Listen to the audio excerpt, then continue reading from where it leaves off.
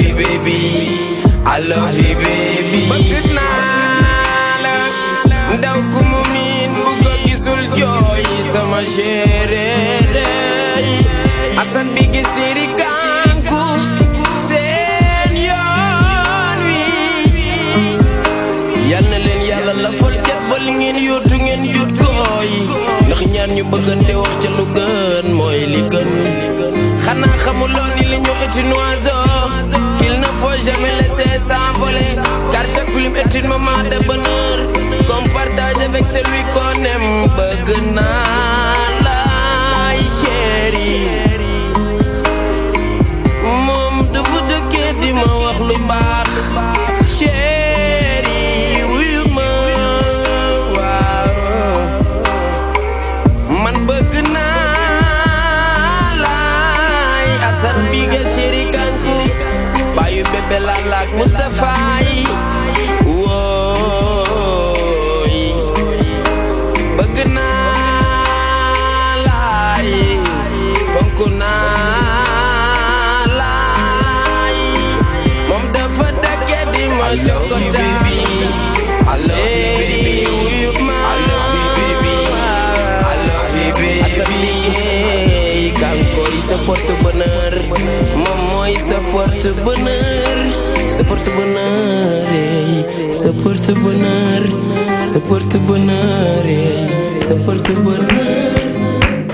Amana Ndiaye et le groupe Dëgg Dëgg ah Amana son bi neex na foog nga ñëw fii nga wax ma kan ngay woy ndax man ma la déggee ngay wax maa ngi naan Amana kan lay waxal wala pour man la woon ndax maa ngi gis nga ngi naan bëgg naa la wala j'espère que c'est pas quelqu'un d'autre boo xamante ne bu la gisee tey dina jaaxle vous le savez bien dinañ dellusiwaat si moom ni artiste boo xamante ne nii dama ko laaj fan nga juddoo mu ne ma Géejawaay ma ne ko kañ ngay woy mu ne ma ba mu juddoo ba léegi maa ngi woy donc war nañ mën a dellusiwaat si li nga xamante ne yëpp jot na ko defagum si ay réalisation ak lenn loo xamante ne dañ koy denc tuuti si kanam dinañ ci dellusiwaat vous le savez bien ravi de vous retrouver pour toi-même tu sais premier numéro de la semaine ñu dellusiwaat si actualité dellusiwaat si divertissement dellusiwaat si yeneen i point yoo xamante ne yëpp moo ñu yitteel comme ni ñu koy defee lundi bu nekk dañ fiy dalal ki nga xamante ne mooy Pape Ousmane Cissé mu ñëwaat si actualité sociale et politique Pape Ousmane ñu lay dalal. waaw Aram ñu lay dalal yow it waaw nu mu commencé go waaw comme ni ko sama waa ji campé rek bëgg la d'abord ci lu mënti doon nag après nag ñu dem dañuy gis yow it yaa ngi toog jàkkaarloog sa invité mu di Boubacar Ka premier adjoint au maire Tivaouane Peulh nekkit responsable APR nekkaale it producteur agricole waaw mu ngoog tey Ka la ñu am ñu ngi lay dajalal jàmm maa leen di fay ñu ngi si plateau bi également ak Mohamed Thiam Mohamed borom Actubuzz keroog moom maa ngi ne woon kii la woon Mohamed moo fi nekkoon waaye tey Mohamed kese la. yow tey nga dellusiwaatal ñu si actualité bi nga xam ne moo am si toile bi. lépp li nga xam ne mooy wàllu actualité sociale comme politique lu mënta doon li gën a fës daal ci xibaar yi. ci internet ci internet effectivement di am plaisir retrouver le fii également retrouver les téléspectateurs espérant que passez un bon week-end ak ñoom itam et on se retrouve pour le meilleur moment de la journée. Akit Abdoulaye chaque lundi nu mu koy defee dans sa rubrique high tech. Abdoulaye dalal ak jàmm. dalal ak jàmm merci beaucoup. dinañu waxtaanee comme ni nga ko waxee sànq top 3 des technologies pour améliorer notre cerveau c'est bien ça. parfaitement c'est ça. Alaaji Sala Bigué. wala Père Sala Bigué man loolu laa bëgg di wax. Père Sala Bigué boo ci wax ànd naa ci yow loo ba tey. yow loo ci def tombé nag samay rey soo nee père ma ree soo nee Sala Bigué ma ree soo nee Boy Sala Bigué sax ma ree ndax man maa la bëgg la sama bopp ndax yaay sama doom. ko bëgg yaay sama doom. correspondant. bàyyi leen non loolu après la ñu ñëw dalal suñu artiste Amana Ndiaye Amana ñu dégg la léegi nga ñëw ci son boo xamante ne nekk tak buñ ko déggee suñu xel lan lay njëkk a ñëw ci Ndongo Lo. ndeysaan waaw ñun nag dañoo nekk ay xale yu ndaw di roy suñuy grand frère xam nga yàlla def Ndongo Lo ba muy nekk ci àdduna ñu ko daan suivre di ko déglu teewul ñu doon sikkar di yëngu ci maanaam tagg yonent bi waaw maanaam aar bi ñu nekk nii sax mën nañu wax du hasard mais maanaam yàlla xam nga dogalu yàlla rek waaw moo doon ñuy def musique bi nii xam nga mais dañoo préféré woon doon tagg yonent bi dem ba ci biir xam nga ñu ne nag gars yi xam nga rek mooy loolu gars yi ne il faut que ñu xaw a. daal la tagg yonent bi dafa doxul wala. non dox na sax effectivement dox na sax mais bàyyuñu ko mais maanaam dañuy dem uti beneen maanaam suñu baat yi maanaam dañ ci maanaam dem uti yeneen maanaam comme liggéey lañ koy def rek. maanaam dinañ tagg yonent bi te yàlla tax. ku ñu woon nañu kaay tagal ñu yonent bi duñ la fayeeku parce que loolu dañ koy def te yàlla dañ koy def mbiru banlieue comme moom Pikine la nekkoon tey yow nga ne yaa ngi géej waaye sotti ceeg def ci la ab képp tamit ku ñu soxla pour ci tagg yonent bi dañ lay taggal yonent bi waaw mais maanaam musique bi dañ koy def pour dimbali suñuy wajur tamit parce que yàlla lim la may ñun xëy ñu dem géej di toju suñu baat dañoo judd rek suñu baati neex waaw macha allah tey nag dégg nga wayal nan la tudd. bi ma leen wayal mbëggeel la parce que maa ngi ciy way sama benn grand Assane Bigué. déedéet bu ma njëkkantu bul ne ma sama benn grand bàyyi ma ne la kan ngay way. oui nga wayoo sa grand di nga waxee fii léegi kay xanaa sa benn soxna la waaye. waaw parce que xam nga ñoom seen mbëggeel gi ñoom ñaar dafa ma neexoon de trop. comprendre nga maanaam li ñuy dund ñoom ñaar dafa neex daal xam nga mbëggeel bu amee gaja boore rek na ma yàlla baal. lan mooy gaja boore mooy lan. mbëggeel maanaam mbëggeel goo xam ne. maanaam ñaari xol yi dem nañ ba nduroo bii bu nekkee rouge bi nekk rouge. bii bu nekkee verte bi nekk verte mbëggeelu gaja boore waaw noonu laa ko. bi nga way nii style lan la. waaw lii dama ko rax nag. waaw dama ko rax parce que jël naa ci tuuti mbalax. waaw mais jël naa ci tamit style boo xam ne maanaam comme gars yi jël maanaam nu mu ko mënti waxee sax. non waaw soul musique waaw ak tamit ni ñu koy waxatee afro nigérien am naa benn morceau boo xam ne afro nigérien laa ko def waaw. Abdoulaye boo dégloo léegi Amana li mu way noo gisee son bi. J'aime bien le style c'est posé surtout le fait que mu jël ñaari style yu bokkul donc benn style afro africain ak style mbalax bi mu boole ko donc ça permettra un peu partout à travers le monde nit ñi di ko consommer sans problème. donc il faut nga approfondir say recherches bañ a yem ci mbalax bi rek comme ni nga ko defee donc commencement bu baax la c'est très bien il faut aller de l'avant. merci beaucoup. Tassa la. waaw xam nga bi mu woyee léegi dafa am ndongoloo am na benn groupe de rap bu mu àndaloon woy laa. te clip bi ñu ngi ko defee ci ginnaaw raay ci raay bi noonu. bu ma fàttee xale yi ko accompagné woon. noonu même ndongolo gox bi système. comme nii la ci ndongoloo wooyee. d'accord moo tax avant koy poser question bi dama ne xoolal arab suñu xel ñun ñaar ñëpp mi ngi dem foofu. xam naa ne sax am nañ plateau du ñàkk ñoo xam ne xalaat nañ ndongolo. bi mu wooyee rek automatiquement loolu laa gis ma ni gox bi système ak ndongoloo. bi ñuy woy nii di woy bi mu duggee ci sool bi. loolu la indi. mais nag ma koy wax fenn. li nga wax léegi c'est très important nee nañu boo bu la yàlla mayee baat bu neex nga mën a woy lool ko woy kuddul yonent bi woy wa deena ka nga woy deena yow ka nga woy deena li nga wax nag c'est très important ku la woo ci tagg Seydina Mohamed woow waaye nag yàlla may na la baat bu neex lu tere tamit war nga cee mën a am sa loo mën a yore sa teraanga sa kii loolu bul am complexe bi même boo demee tey ci yeneen plateau tamit lii ngay wax ni na nga ko confirmer damay tagg yonent bi waaye nag sama baat bi tamit képp ku ma woo ci wax lu baax dama ciy wax lu baax ma lay encourager. d'accord Amana dinañ dellu si waat léegi si yow ndax bëgg naa tur bi nga wax ma tamit fan la jógee sànq maa ngi lay laaj ngay bëgg naan ma non du surnom de lii mais man déggaguma ko fenn te maa ngi fii Dakar donc dinañ ci dellu si waat léegi tout de suite la première actualité sur la toile avec Mohamed Thiam c'est juste après ceci.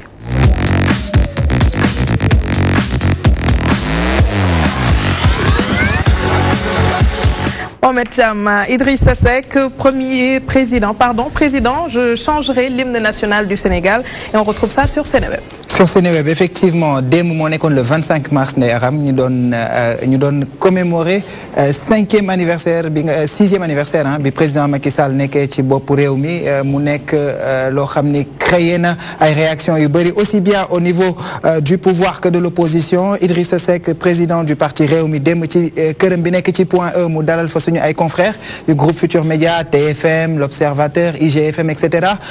bi nga xamee ni dalal na leen fa ñu am ay interview yoo xam ni def nañ ko waxtaan ci lu bari ci foofu ci contexte boobu la Idrissa Seck addo jëm ci li nga xam ni mooy nguuru Macky Sall ci lu bari parce que bokk na ci liñ ko laajte ban bilan lay def ci li nga xam ni mooy 6 ans Macky Sall à la tête du gouvernement.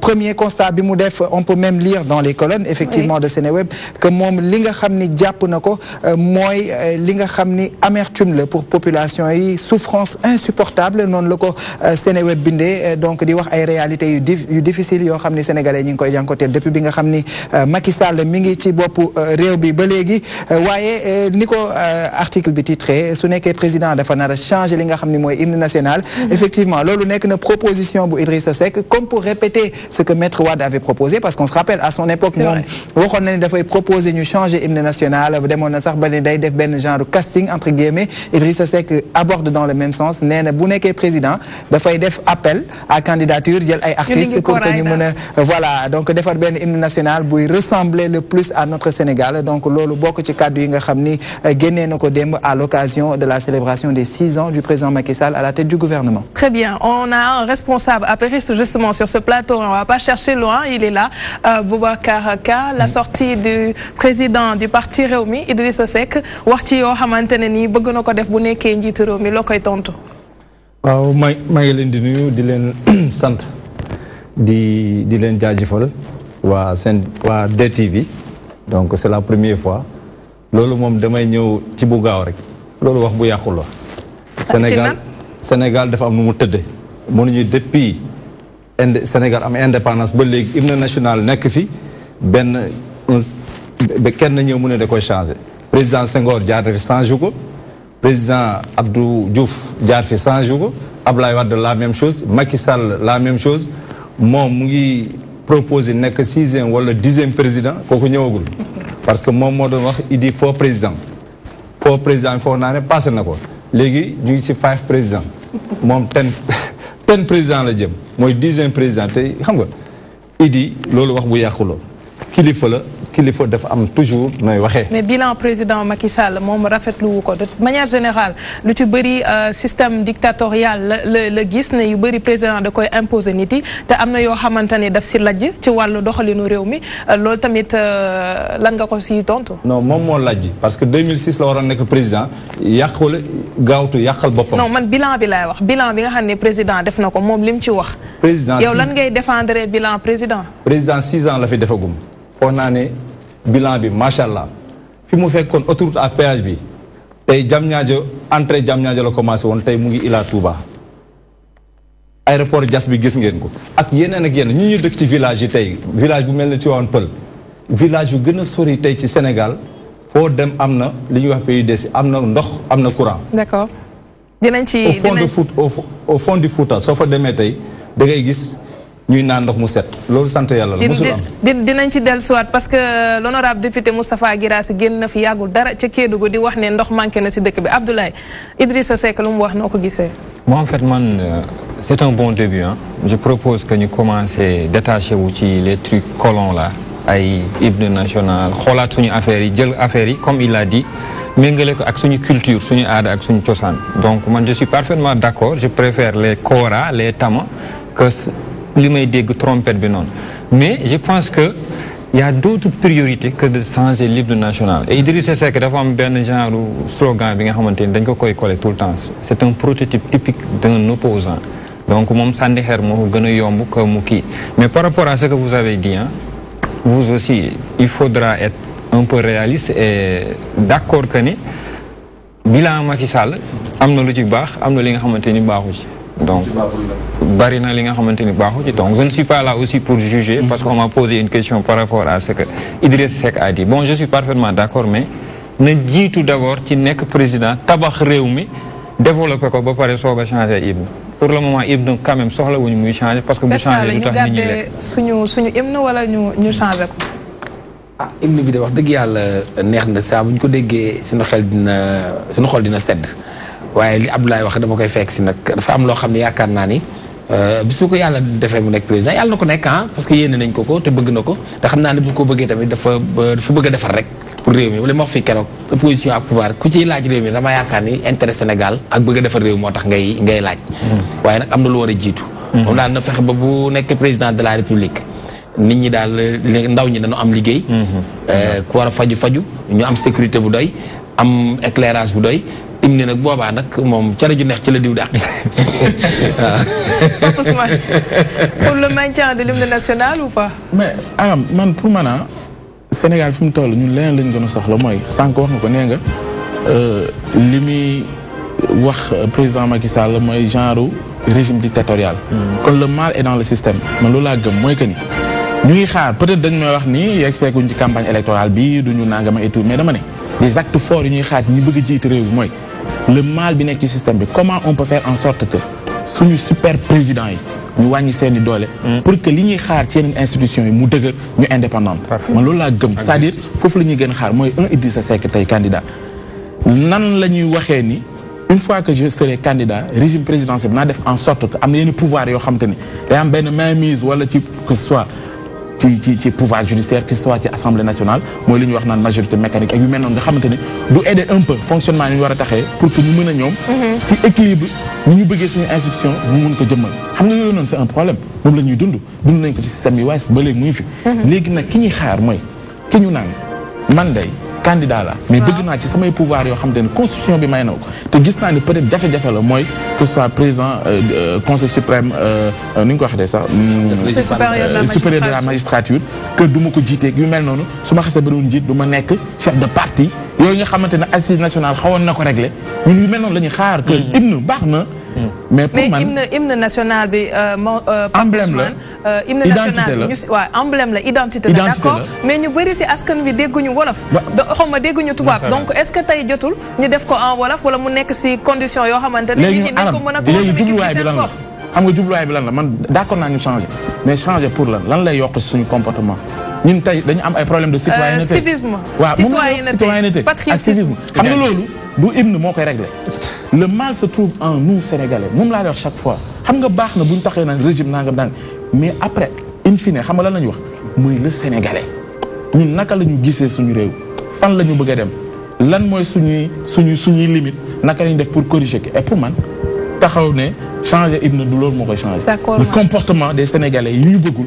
mu ngi ci sénégalais en nous comment faire pour régler cette question ñu mën a comprendre lan mooy ay notion de civisme si yow lay ñëw parce que maa ngi naan ko hymne bi nekkul si kàllaama boo xamante ne nit yi dégg nañ ko te dafa am benn fait boo xam ne dafa anodin très souvent ñu koy gis da ngay dem fenn ñu ngi yëkkati drapeau wala ñu ngi koy wàcce wala ñu ngi def hymne ku ci nekk da ngay dem doxi sa soxla man mii damay jël exemple si man dugg naa école police ñuy wàcce drapeau il a fallu que waa ji na ma hey taxawal pour ma doogay xam ni drapeau bi mi ngi doon lii et c'est pas parce que je ne savais pas mais bàyyiwuma si sax xel maa ngi woon concentré ci leneen est-ce que loolu tamit jarul tey ñu xoolaat mais loolu nag boo ko indi bu ñu ko indee arab day indi problème xam nga suñu langue nationale fii lan la du wolof français la langue nationale kay da nga naan langue officielle langue officielle ak langue nationale langue officielle mooy bi ñuy jàng ci école yi mais loolu tax ma ne ko langue officielle bi français la mais tey bu ñu ñëwee woon te hymne bi olof lañ koy wax séeréer bi jóg ni sama làkk laa ko bëgg a dégg alpulaar bi ne sama làkk laa ko bëgg joolaa bi wax loolu day indi problème mais je préfère ñu maintenir ko mu nekk langue bi nga xam mooy langue officielle bi ñuy làkk ci classe bi ñuy jàng ci école yi bu ko defee ñëpp yem même pied d'égalité sinon bu ñu indee ni olof loon koy wax rek séeréer bu naa jóg li tax ñu koy jox olof yi bàyyi ñu te boobaa boo di compter ci ay xeet lay daal di indi bu ñu ñëwee nag dinañ ko indi d'une manière xam nga léeg-léeg gis nga bu ñu demee 4 avril sunu oto yi da ngay gis ñu bind ci Lat Joor Alburi Jëmbat Mbóoj da ngay gis gars yi bu ñu demee ba ci biir sax fanfare bu ñëwee da ngay dégg ñuy def ñaani bañ na le héros national Lat Joor ñu indi ko bu ñu demee ba ñu ne Léopold doomu yaay Njilaan notre ancien président de la République loolu mën nañ ko jël dugal ko ci biir mu accompagner ko nit ñi dinañ ko dégg ci olof mais ak ay jàmboñ affaire yooyu joolaa bi gis ci boppam ay Mbour may sa Mahécor Diouf séeréer bi gis ci boppam je crois ñu bind ko ci oto yooyu ak yooyu nga xam moo ko accompagner ci lay gën a kii mais bu ñu jëlee hymne national def ko benn làkk rek je crois ku nekk am di boobaa di nga ndox defuñu ko sama làkk day problème man loolu laa xalaat quoi sama xalaat. monsieur Ka ngi ni yëngal sang bopp xam naa de bu doon yow da ngay bëgg ñu def ko ci alpulaar moom. voilà comme ni ko Saway waxee rek.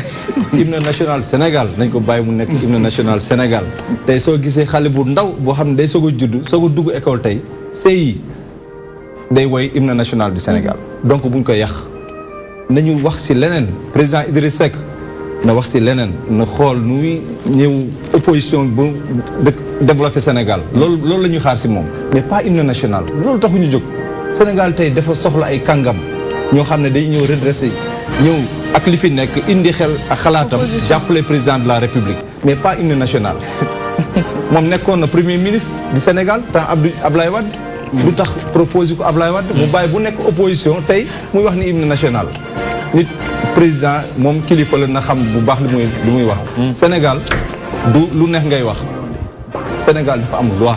Sénégal tey Macky Sall su ko bëggoon changé waxuma la que opposition Macky Sall su ko bëggoon changé du demee nii hymne national pour ñëpp la du pour Macky Sall du pour Idriss Seck pour keneen dina dem lijjanti ji nu muy.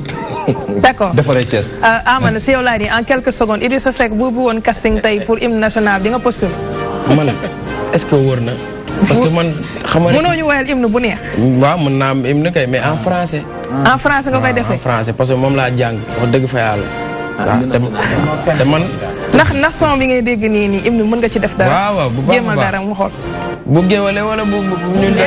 na nekk hymne la yow tamit na kii rek ñu def defal dara ñu xool. Et c'est tout Fokora frappe les balles à fond. Le lion rouge a rougi, le dame de la cœur, le dame de la c'est. Dissipa les ténèbres, soleil sur nos terreurs, soleil sur nos espoirs. Jàppuleen loxo yi tete ko ci gaal gi Sénégal sunu réew Sénégal sama réew.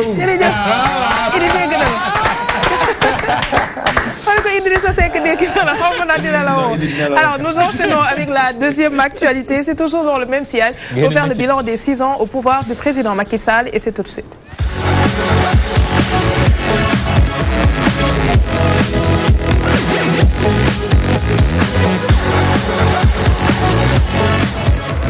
Excuse-moi Mohamed, deuxième actualité. Casting bi de tàmbali na casting bi moom. Alors des Sénégalais se prononcent sur le bilan du président Macky Sall et c'est sur Dakar. Voilà donc des Sénégalais à l'image du président Idrissa Seck nga xam ni joxe nañ ñoom itam seen xalaat dem ci bilan bi un bilan controversé nous dira-t-on parce que bëri na loo xam ne mën nañ ko ci comptabiliser en termes de réalisation mais également bëri na loo xam ne ay manquements la yoo xam ni cité nañ ko aussi bien du côté de l'opposition que de la société civile donc un bilan controversé boo xam ni bu ñuy marqué 6 ans nga xam ni benn at moo si des mu nekk donc si benn période bu stratégique par rapport ak présidentielle bi ñu jëm pour un éventuel deuxième mandat pour le président Macky Sall je vous propose de suivre les réactions de ces citoyens nga xam ni wax nañ seen gis-gis ci 6 ans wu Macky Sall ci bopp nguur gi ñu seetaan ko dellusiwaat. dañuy waxante dëgg ne Macky Sall def na fi 6 ans man pour man 6 ans wu Macky Sall moo ma gënal 12 ans wu Ablaye Wade 6 ans wu Macky Sall moo ma gënal 40 ans wu PS. Il est sur la bonne voie c'est que dafa am ay manquements. yu am daal ay des hic qu'il doit rectifier daar. ñun ñi doon liggéey di business dëkk ca àll ba di fortaatu fii di yóbbante suñuy waajur yi ci àll bi fi mu ne nii dañ lay woo sax doo ñemee jël sa téléphone ndax boo jëlee téléphone bi xamoo looy wax. ñun ñi nga xam ne ñooy baykat maanaam am nañ gerte goo xam ne 2 décembre ba tey kenn kuñ si fay amut gerte gaa nga si seko ba gouvernement bi ñu doon jënd yóbbu nañ ko baykat yi laaluñ dara ça fait 3 mois ba tey ñu ngi bëgg a delluwaat si àll bi ruuji. dama ne bu nekkee ren ni traite bi échec su nekkee moom la échec déwén day ñàkk àll bi. Je dirais que c'est un peu négatif quand même pour dire parce que aussi tension sociale yi ba léegi mu ngi am ba léegi bon on peut pas satisfaire tout le monde c'est vrai mais il aurait pu faire mieux quand même. Côté politique, il a un peu échoué parce qu'on attendait qu'il y ait un changement radical dans la mentalité des politiciens, mais c'est toujours les mêmes disputes, les mêmes soucis, des ministres à n'en plus finir. On ne comprend pas quoi, il y a trop de choses. Le bilan n'est pas aussi négatif que ça. Amna yu baax amna yu bon na gëna góorgóorlu balaa 2019 bi. li des ba nga xamante ni waroon na ko mën a lijjanti par exemple mu ubbi bunt yi maanaam côté bi tey ambulant maan yi nii. amuñu fu ñu nekk da ngay teg fenn sa place tey par exemple concentré wu fa di fa am li nga xam ne yaa ngi koy fortaatu mu xëy jëlee la fa. man damay wax ne le bilan est mitigé parce que mi ngi ci liggéey mais am na yu des li nga xam ne dañ ko yaakaaroon si moom mooy location bi ak le coût de la vie ba léegi mi ngi cher dëkk baa ngi gën a metti donc c'est des choses yoo xam ne ci lañ ko doon xaar mais ba léegi gisaguñu satisfaction totale. Sénégal demoon nañu ba ñu commencé tey jii suux. ndax jamono Abdoulaye Wade ñëpp xam nañ fi saaku ceeb lan la doon jar ñaata la woon nekkul woon 22000 nangam suukar wax noppi diwlin wax noppi tey ji yow mii di jigéen xam nga ni wàññeeku na suñu waxantee dëgg. tey ji côté électricité courant bi ñaata temps lañ doon toog di jooy délestage tailleur bi du ñëw ku yor machine walam du wol te tey ji bu ñu waxantee courant gis nañu avance yi ci am demal tey ci dëkk àll yi. Macky Sall instant bii nii xam nga dafa nekk ci ay projet yoo xamante ne pareegul pour mën nañ ko bàyyi ba mu liggéey ba mu pare rek incha allah yàlla def li nga xamante ni tey jii mi ngi koy continuer ak mébétam parce que président moom yombul li nekk sa bopp day bëri ak yenn projet yi nañ ko bàyyi daal ba mu àggale incha allah fii ak ci kanam parce que pour man projet yi am na yu dese pare mais am na yu pareegul nañ ko bàyyi daal mu liggéey ba ci kanam. boo demee tey sa àll ba képp ku ko wax ne ko opérateur yi dox nañ kenn doxu si moom mi nga xam ne moo yore réew mi nit ñi woteloon ko mooy jël matukaay si nit ñi di def li nga xam ne moom la nit ñi doon def di financement xaa gerte gi ministère yi wàcc si àll bi gëstu nit ñi te bañ a bàyyi bu wote jotee ñu doog a dem di gëstu ji doomu aadama yi li nga xam ne la situation boobu la ñu nekk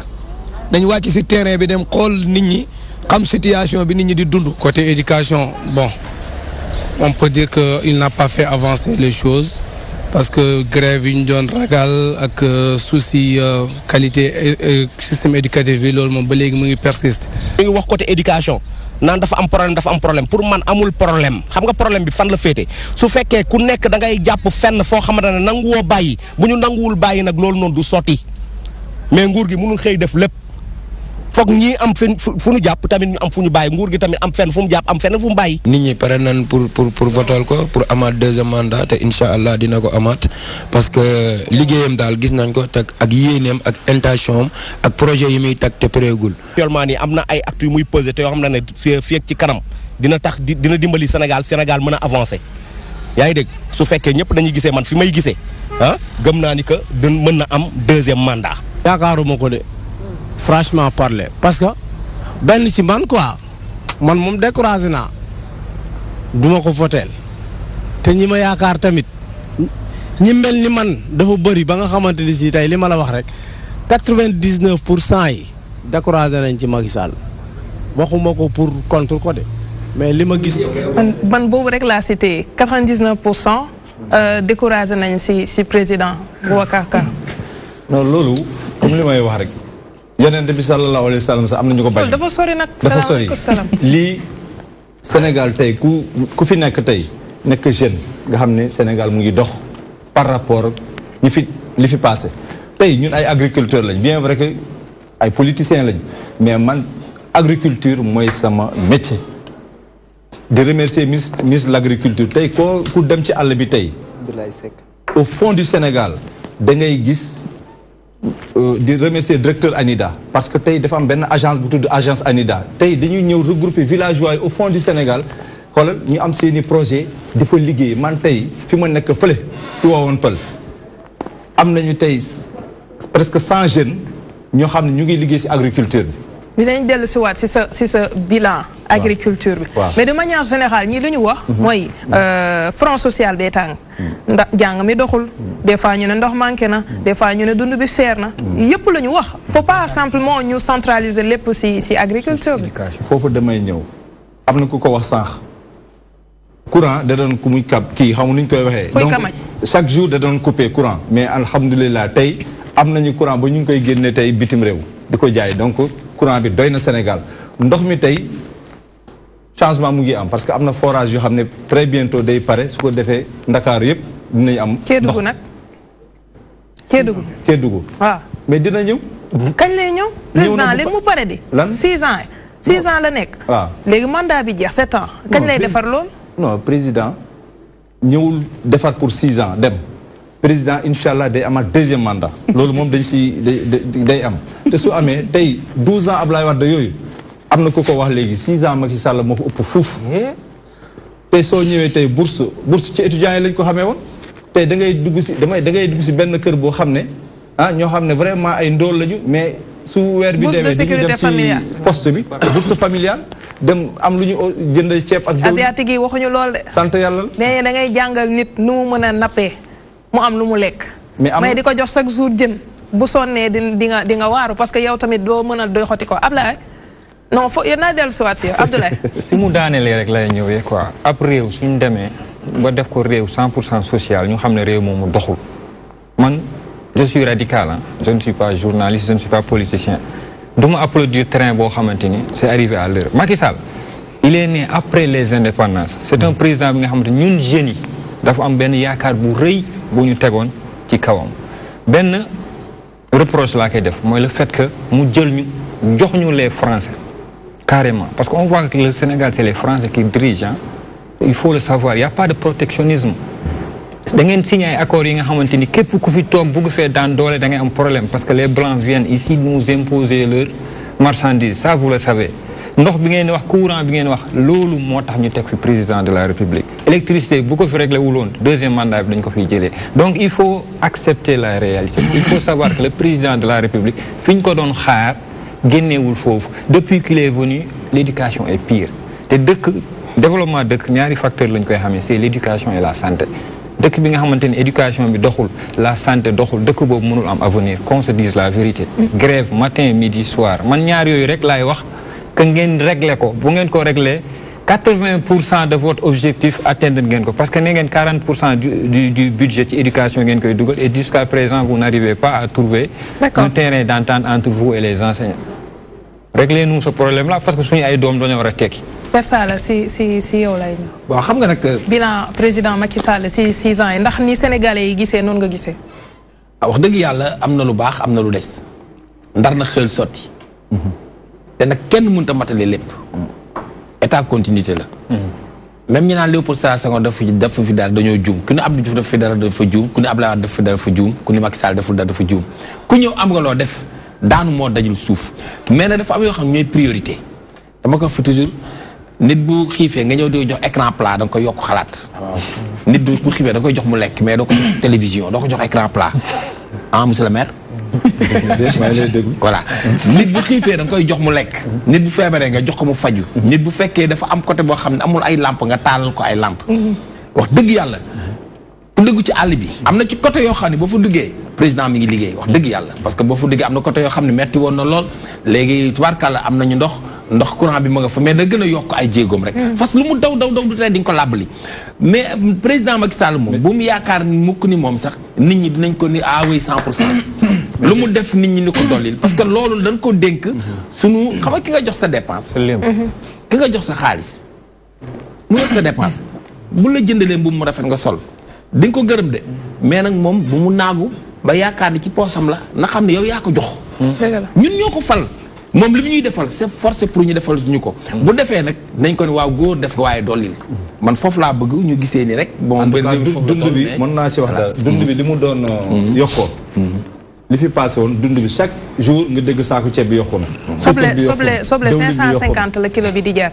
am na yu yokk de. mais tey am na yu yokk affaire bi dafa stable tey depuis mu folo ba léegi dund bi moom. ku ne mën nañu ko si loxo. ñun buñ ko jàppee si mitigé rek dañuy d'accord. mooy li Père Sall di wax. c'est-à-dire d'accord nañ ne am na ay jéego yu mu teg. am na tamit lu des mais vouloir dire que tout est bon loolu moom xel nanguwu ko. parce que daf ci am ay secteurs yoo xam ne il faut ñu ko tey bi ñu fi gaz. gaz demoon na bay jar ñaata. 4000 presque 4500 presque 5000. tey gaz. 2800 lay jar c'est international baril pétrole moo war léegi yooyu ay jéego la. ay jéego la mais jéego yooyu nag na gën a yokk ay jéegoom rek mais lépp moom baax na moom loolu kenn du ko wax. vraiment am na lu des. Pape Ousmane. man de Aram ci wàllu bilan c'est vrai que ni pour nga natt il faut nga xam. nit ki lan la diggee woon ak fan la ci toll. wax nga ko sànq am na ay jéego mais am na foo xam ne saa yu xool dama am xol bu metti parce que chaque fois ma répété ko réew boo ko bëggee yàqal njàng.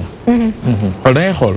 tey àdduna fi mu toll nga xool yenn université yu mag yi tey yaa ngi gis technologie avancée na au point que ñu gis tey asiatique yi ak États-Unis nga jël Russie xeex guerre technologie ku ci teg sa loxo rek maanaam mën nga yor réew. je te jure ñun fan la suñu xale yi toll ci wàllu woowu noonu c'est hyper important c'est-à-dire su ma nee jàng dama boole formation qualification et tout.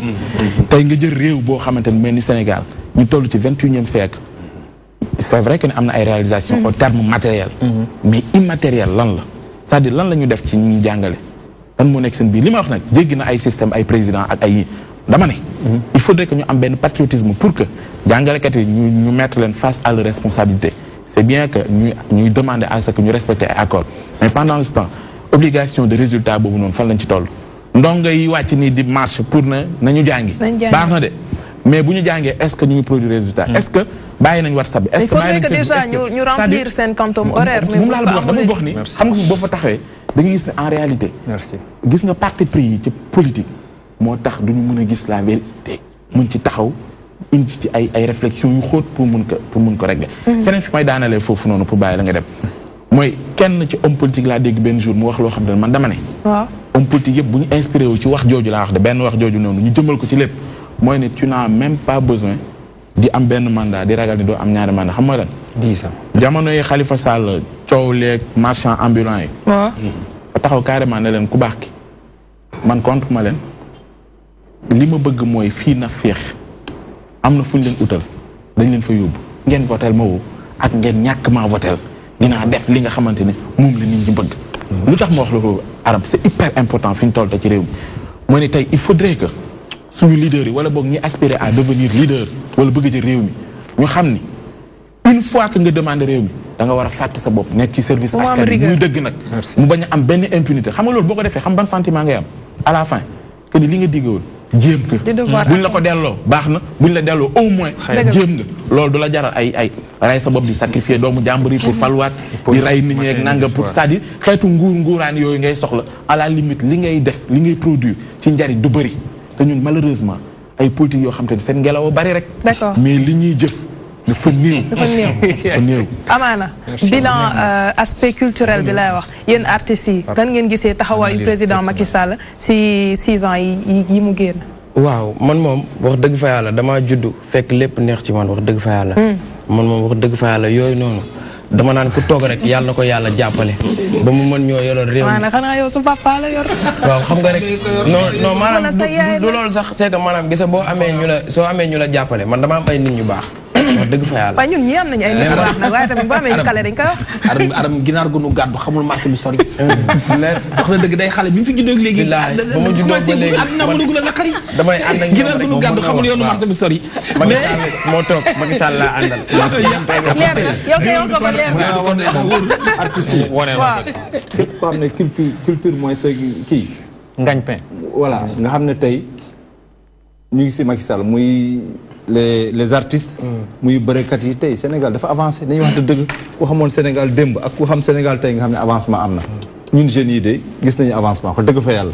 parce que bal tàkkul kenn ba léegi kenn déggu fi.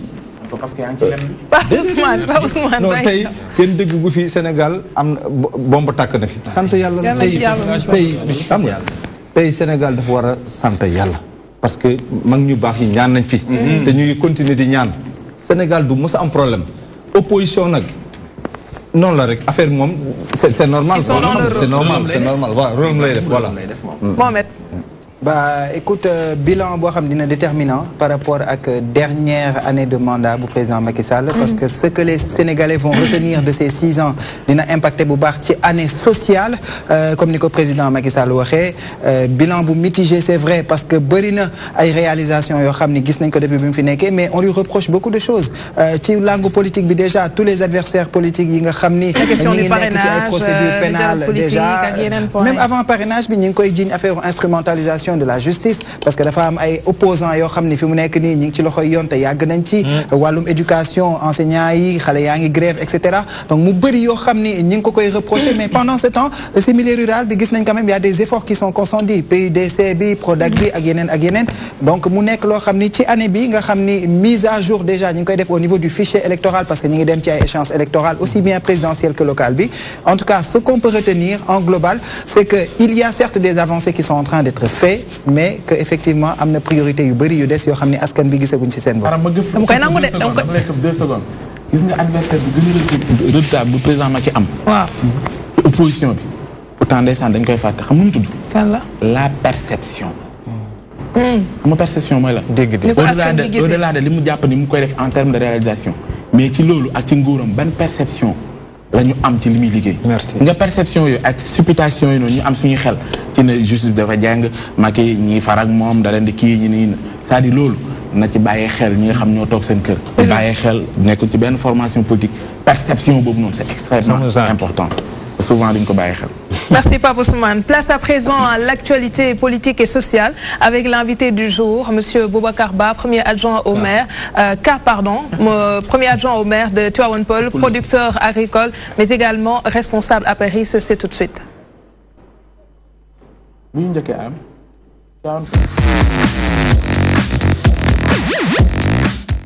Alors, en 6 du régime du président Macky Sall, politique agricole, quel bilan? Pape Ousmane, je te laisse avec ton invité. Ban bilan loo ñuy wax ci wàllu politique agricole nguuru président Macky Sall ci évolution àdduna ci wàllu mbay ñëpp dem nañ ba nangu ni tey réew soo bëggee ci wàllu dund nit ñi gën a toog mooy ni la ngay bay ci biir réew mi waa réew mi nañ ko dundee tey loo ñuy wax ci bilan am ci wàllu woowu. waaw foog naa ne bilan bi moom bilan président Macky Sall ci mbéy dafa am fu mu jëlee mbéy bi tey ak fi mu indi mbéy bi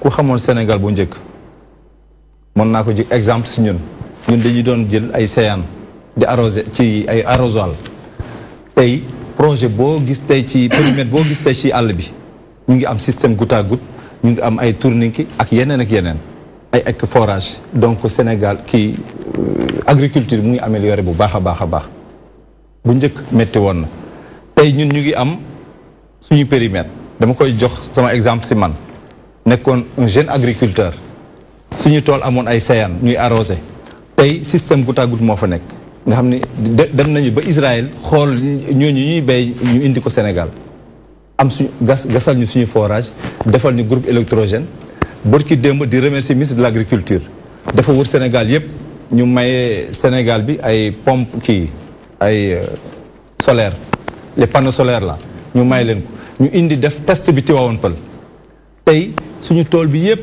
11 hectares yëpp tey ñu ngi koy béyee. mais tey bu ñu taxee ci président Macky Sall programme phare dafa noonu autosuffisance en riz pour 2017 gis nañ ni objectif boobu noonu tey waxatu leen ko parce que lajj ngeen ko. loolu aussi. non kaay monsieur Cissé tey waxuma la sax fleuve Sénégal mais fii Ndakaar yu ñu fay béy ceeb waxuma loolu de. non prévision bi leer prévision bi ngeen defoon. mais 2017 dañu am autosuffisance en riz léegi changé nañ ko 2019 la.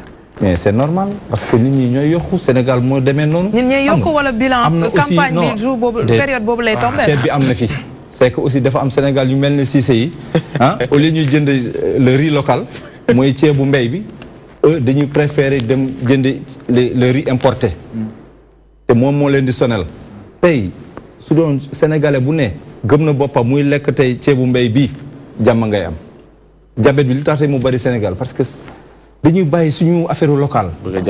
moom lay lekk lépp lu ñu am tey dañ koy importer. est-ce que sa kër ngay lekk est-ce que sa kër ceebu mbay bi ngay lekk. man mosuma lekk lu dul ceebu mbay. comme moom agriculteur la kay war naa mën a lekk ci ceebu mbay bi. te ñi koy lekk aussi moo tax toujours dañuy wax ne nitu àll yi ñoo gën a wër waa Ndakaaru parce que waa Ndakaaru li ñuy lekk yépp dañ koy importer mooy sucre beeg ceeb beeg lépp loo xam dëwlin beeg yëpp de manière générale nag les choses ont changé les gens consomment de plus en plus riz local bi. waaye nag ñoom ñii nekk ci nguur yi ñu ci ëpp ci ñoom bu ñu feebaree bitim réew dañ jëm de suñu hôpital yi dañ koy bàyyi. loolu moom di objet débat bi mais dama ko ci dugaloon. mais concrètement wax nga modernisation outils yi nga xamante ne moom la ñuy moom dama ko yóbbaale nii quoi outils yi nga xamante ne moom la ñuy liggéey ci wàllu mbay. modernisation bi ci war exactement tey soo ñëwee tey ci mbay mi li may wax. tracteurs yi ñaata tracteurs ñoo nekk tey subvention tracteur 35 millions la doon jar tey soo defee 6 millions am tracteur ak matériel yi mu àndal équipement complet donc affaire mu ngi dox affaire yaa ngi dox ñu ngi gis campagne de commercialisation arachide bi fi mujj ba léegi ay baykat ñu ngi jooy di wax ni la ñu doon xaar dëggantaan fekk ñu ko ci jàppale bi nguur gi waroon leen jàppale gis nañ président Macky Sall bu yàggul ba mu demee Fatick mu ngi leen doon massawu bay woo sax chinois yi jàppale ñu bañ a mbappat seen gerte ñu bañ a mbappat seen gerte bi ñu bëri ñu ngi mbappat seen gerte am na weddi wuñu ko gerte am na Sénégal am na gerte ba tey muy exporté ci bitim réew gerteem donc baykat yi waxuñu ko de baykat yi waxatuñu dara tey commercialisation bi commercialisation bi le stock est là, ça c'est vrai. Maintenant, comment ils vont faire pour l'écouler? Une surproduction. Non, mais desna. Mais à quel prix? 150 le kilo, il y a 155 le kilo, mais kilo gerte, il faut que 75 francs le donner. Des kilo gerte, il y a 200, 250. 210. Ce qui a été fixé sur le terrain, moins que ça. Parce qu'ils n'ont pas encore trouvé preneur et actuellement ils ont besoin d'écouler. gerte moom mosul la liquidité parce que tey Sénégal ñëppay lekk gerte dañuy lekk ba di ko exporté tey donc gerte baa ngi dox Abdoulaye. voilà man dama bëggoon xam ban politique de suivi ngeen am pour agriculteurs yi parce que souvent da ngeen di ñëw jox leen ay tracteurs jox leen matériel yëpp mais est-ce que am na suivi est-ce que di ngeen leen dimbali ba ñu mën a comment dirais-je concurrencer beneen marché bi nga xamante ni mu ngi nekk à côté ban politique de suivi ngeen am. ma répète ma ne ban politique de suivi ngeen am pour agriculteurs yi parce que souvent da ngeen di ñëw ngeen financer leen jox leen ay matériel jox leen lépp mais après da ngeen leen seetaan ñoom dañuy am problème.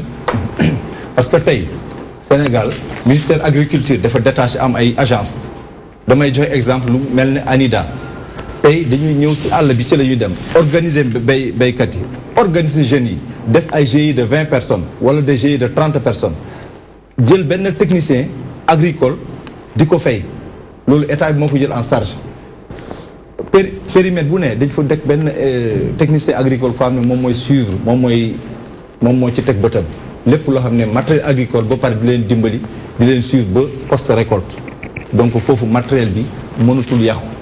waxuma dama ne suivi pour ñu mën a écouler seen marchandise de telle sorte que ñoom dinañ mën a concurrencer ci ñeneen ñi nga xam ne dañuy ñëw indi seen ay matériel indi seen ay produits ban politique ngeen am pour ñi nga xamante ni dinañ mën a bay jaay ko ba gis ci seen bopp parce que tamit bu fekkee jox ngeen leen matériel ñu bay te après mënuñ koo jaay amalu leen njëriñ. bien sûr dañuy jaay tey Sénégal tey loo fi bay day jar dama koy jox ñun tey fi ñuy bayee fële soo bayee marché yi Sénégal tey lépp la ñuy lekk légume tey ceebu jën ngay teg yaa mën nga compter 10 légumes yoo xam ne day nekk ci bool bi donc lépp fii lañ koy bayee dañ koy jaay ci marché bi ba pare di ko exporter tey lu mel ne tey haricot vert wala mango bi tey bitim réew soo demee tey alhamdulilah parce que lépp dañ koy def tey ay jus jigéen ñi da ngay gis léegi jigéen ñi def transformation fruits et légumes di def ay jus suñu gerte gi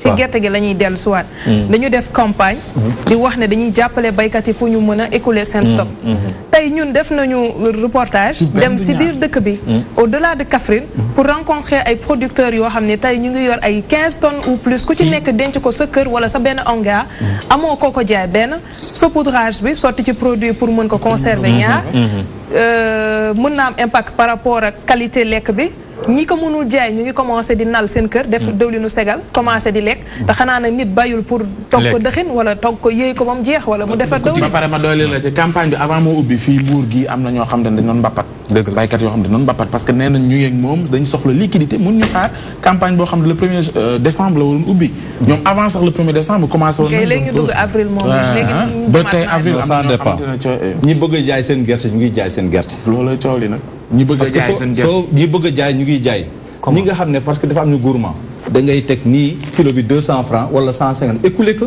nga xaar leneen yàlla kii non mais président dafa tere ñu jaayee en deçà de 210 francs ma ne damay wax parce que tey Sénégal bu njëkk dañu doon ñaan yàlla ñu ne gerte bi doyul dañuy doon am problème jiw waxuma la tey comme am nañu jiw léegi dañuy am jiw buy am problème commercialisation baax na sant yàlla parce que bu njëkk pour am jiw bi rek problème la. loolu kay du sant yàlla. léegi jiw bi am na ba des lu dul nga jaay nga ni dem nga ba am surproduction. ba sax la wax rek ñi bëgg a jaay seen gerte tey indien yi tey soo demee ba Chine Sénégal day exporter gerte ba Chine. chinois yi génn nañ ci de. waaw ñu ngi exporter 5-5. baykat yi bu ñu la déggee dinañ la mere trop parce que ñoom ñi ngi naan nañ leen dimbali ñu jaay yow nga ne ku bëgg a jaay. non ñi bëgg a jaay bëgg ñu tamit téye seen gerte si seen kër yi. dafa am problème. moom dafa taxaw en tant que kuy défendre rek. te moom jar leen loolu dafa taxaw si lu jar dindi casquette APR bi dindi casquette premier adjoint au maire indi casquette sénégalais lambda. lii ñu lay wax ni yaa nu ko gën a xam gis nga ko yaa ngi seetaan télévision yaa ngi gis xam ne xew ci réew mi mais bul ni lépp baax na non dañuy waxtaan rek dañuy waxtaan. parce que tey gerte gi alhamdulilah wax nga dëgg comme dañ daan ñaan. naan doyul ba mu doy bay jar mais état dafay am mesure d'accompagnement yu muy boole ak baykat yi mesure d'accompagnement yooyu foofu la gars yi di wax ak yéen parce que ki nga war a jox mu jiw nga jox ko jiw ki nga war a jàppale mu ay jumtukaay liggéey mu liggéey nga jox ko mais après mesure d'accompagnement yooyu da ko wutal loolu mu defar après mu pare mu am fu mu ko mën a jaayee pour mën a am koom parce que sa anam wax na la ko léegi gerte gi duñ ko teg di ko yëy duñ ko teg di ko def ci gedege duñ ko teg di ko def dañ koy mën a jaay def ko xaalis pour dund parce que baykat d'abord balaa état di ñëw baykat dafa gëm yàlla dafa jël jiwam suul.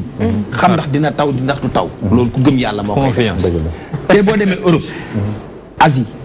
Amérique les plus riches c'est des cultivateurs. Parfaitement. pourquoi pas yéen producteur li voilà mu ngi ñëw nag mu ngi si yoon bi.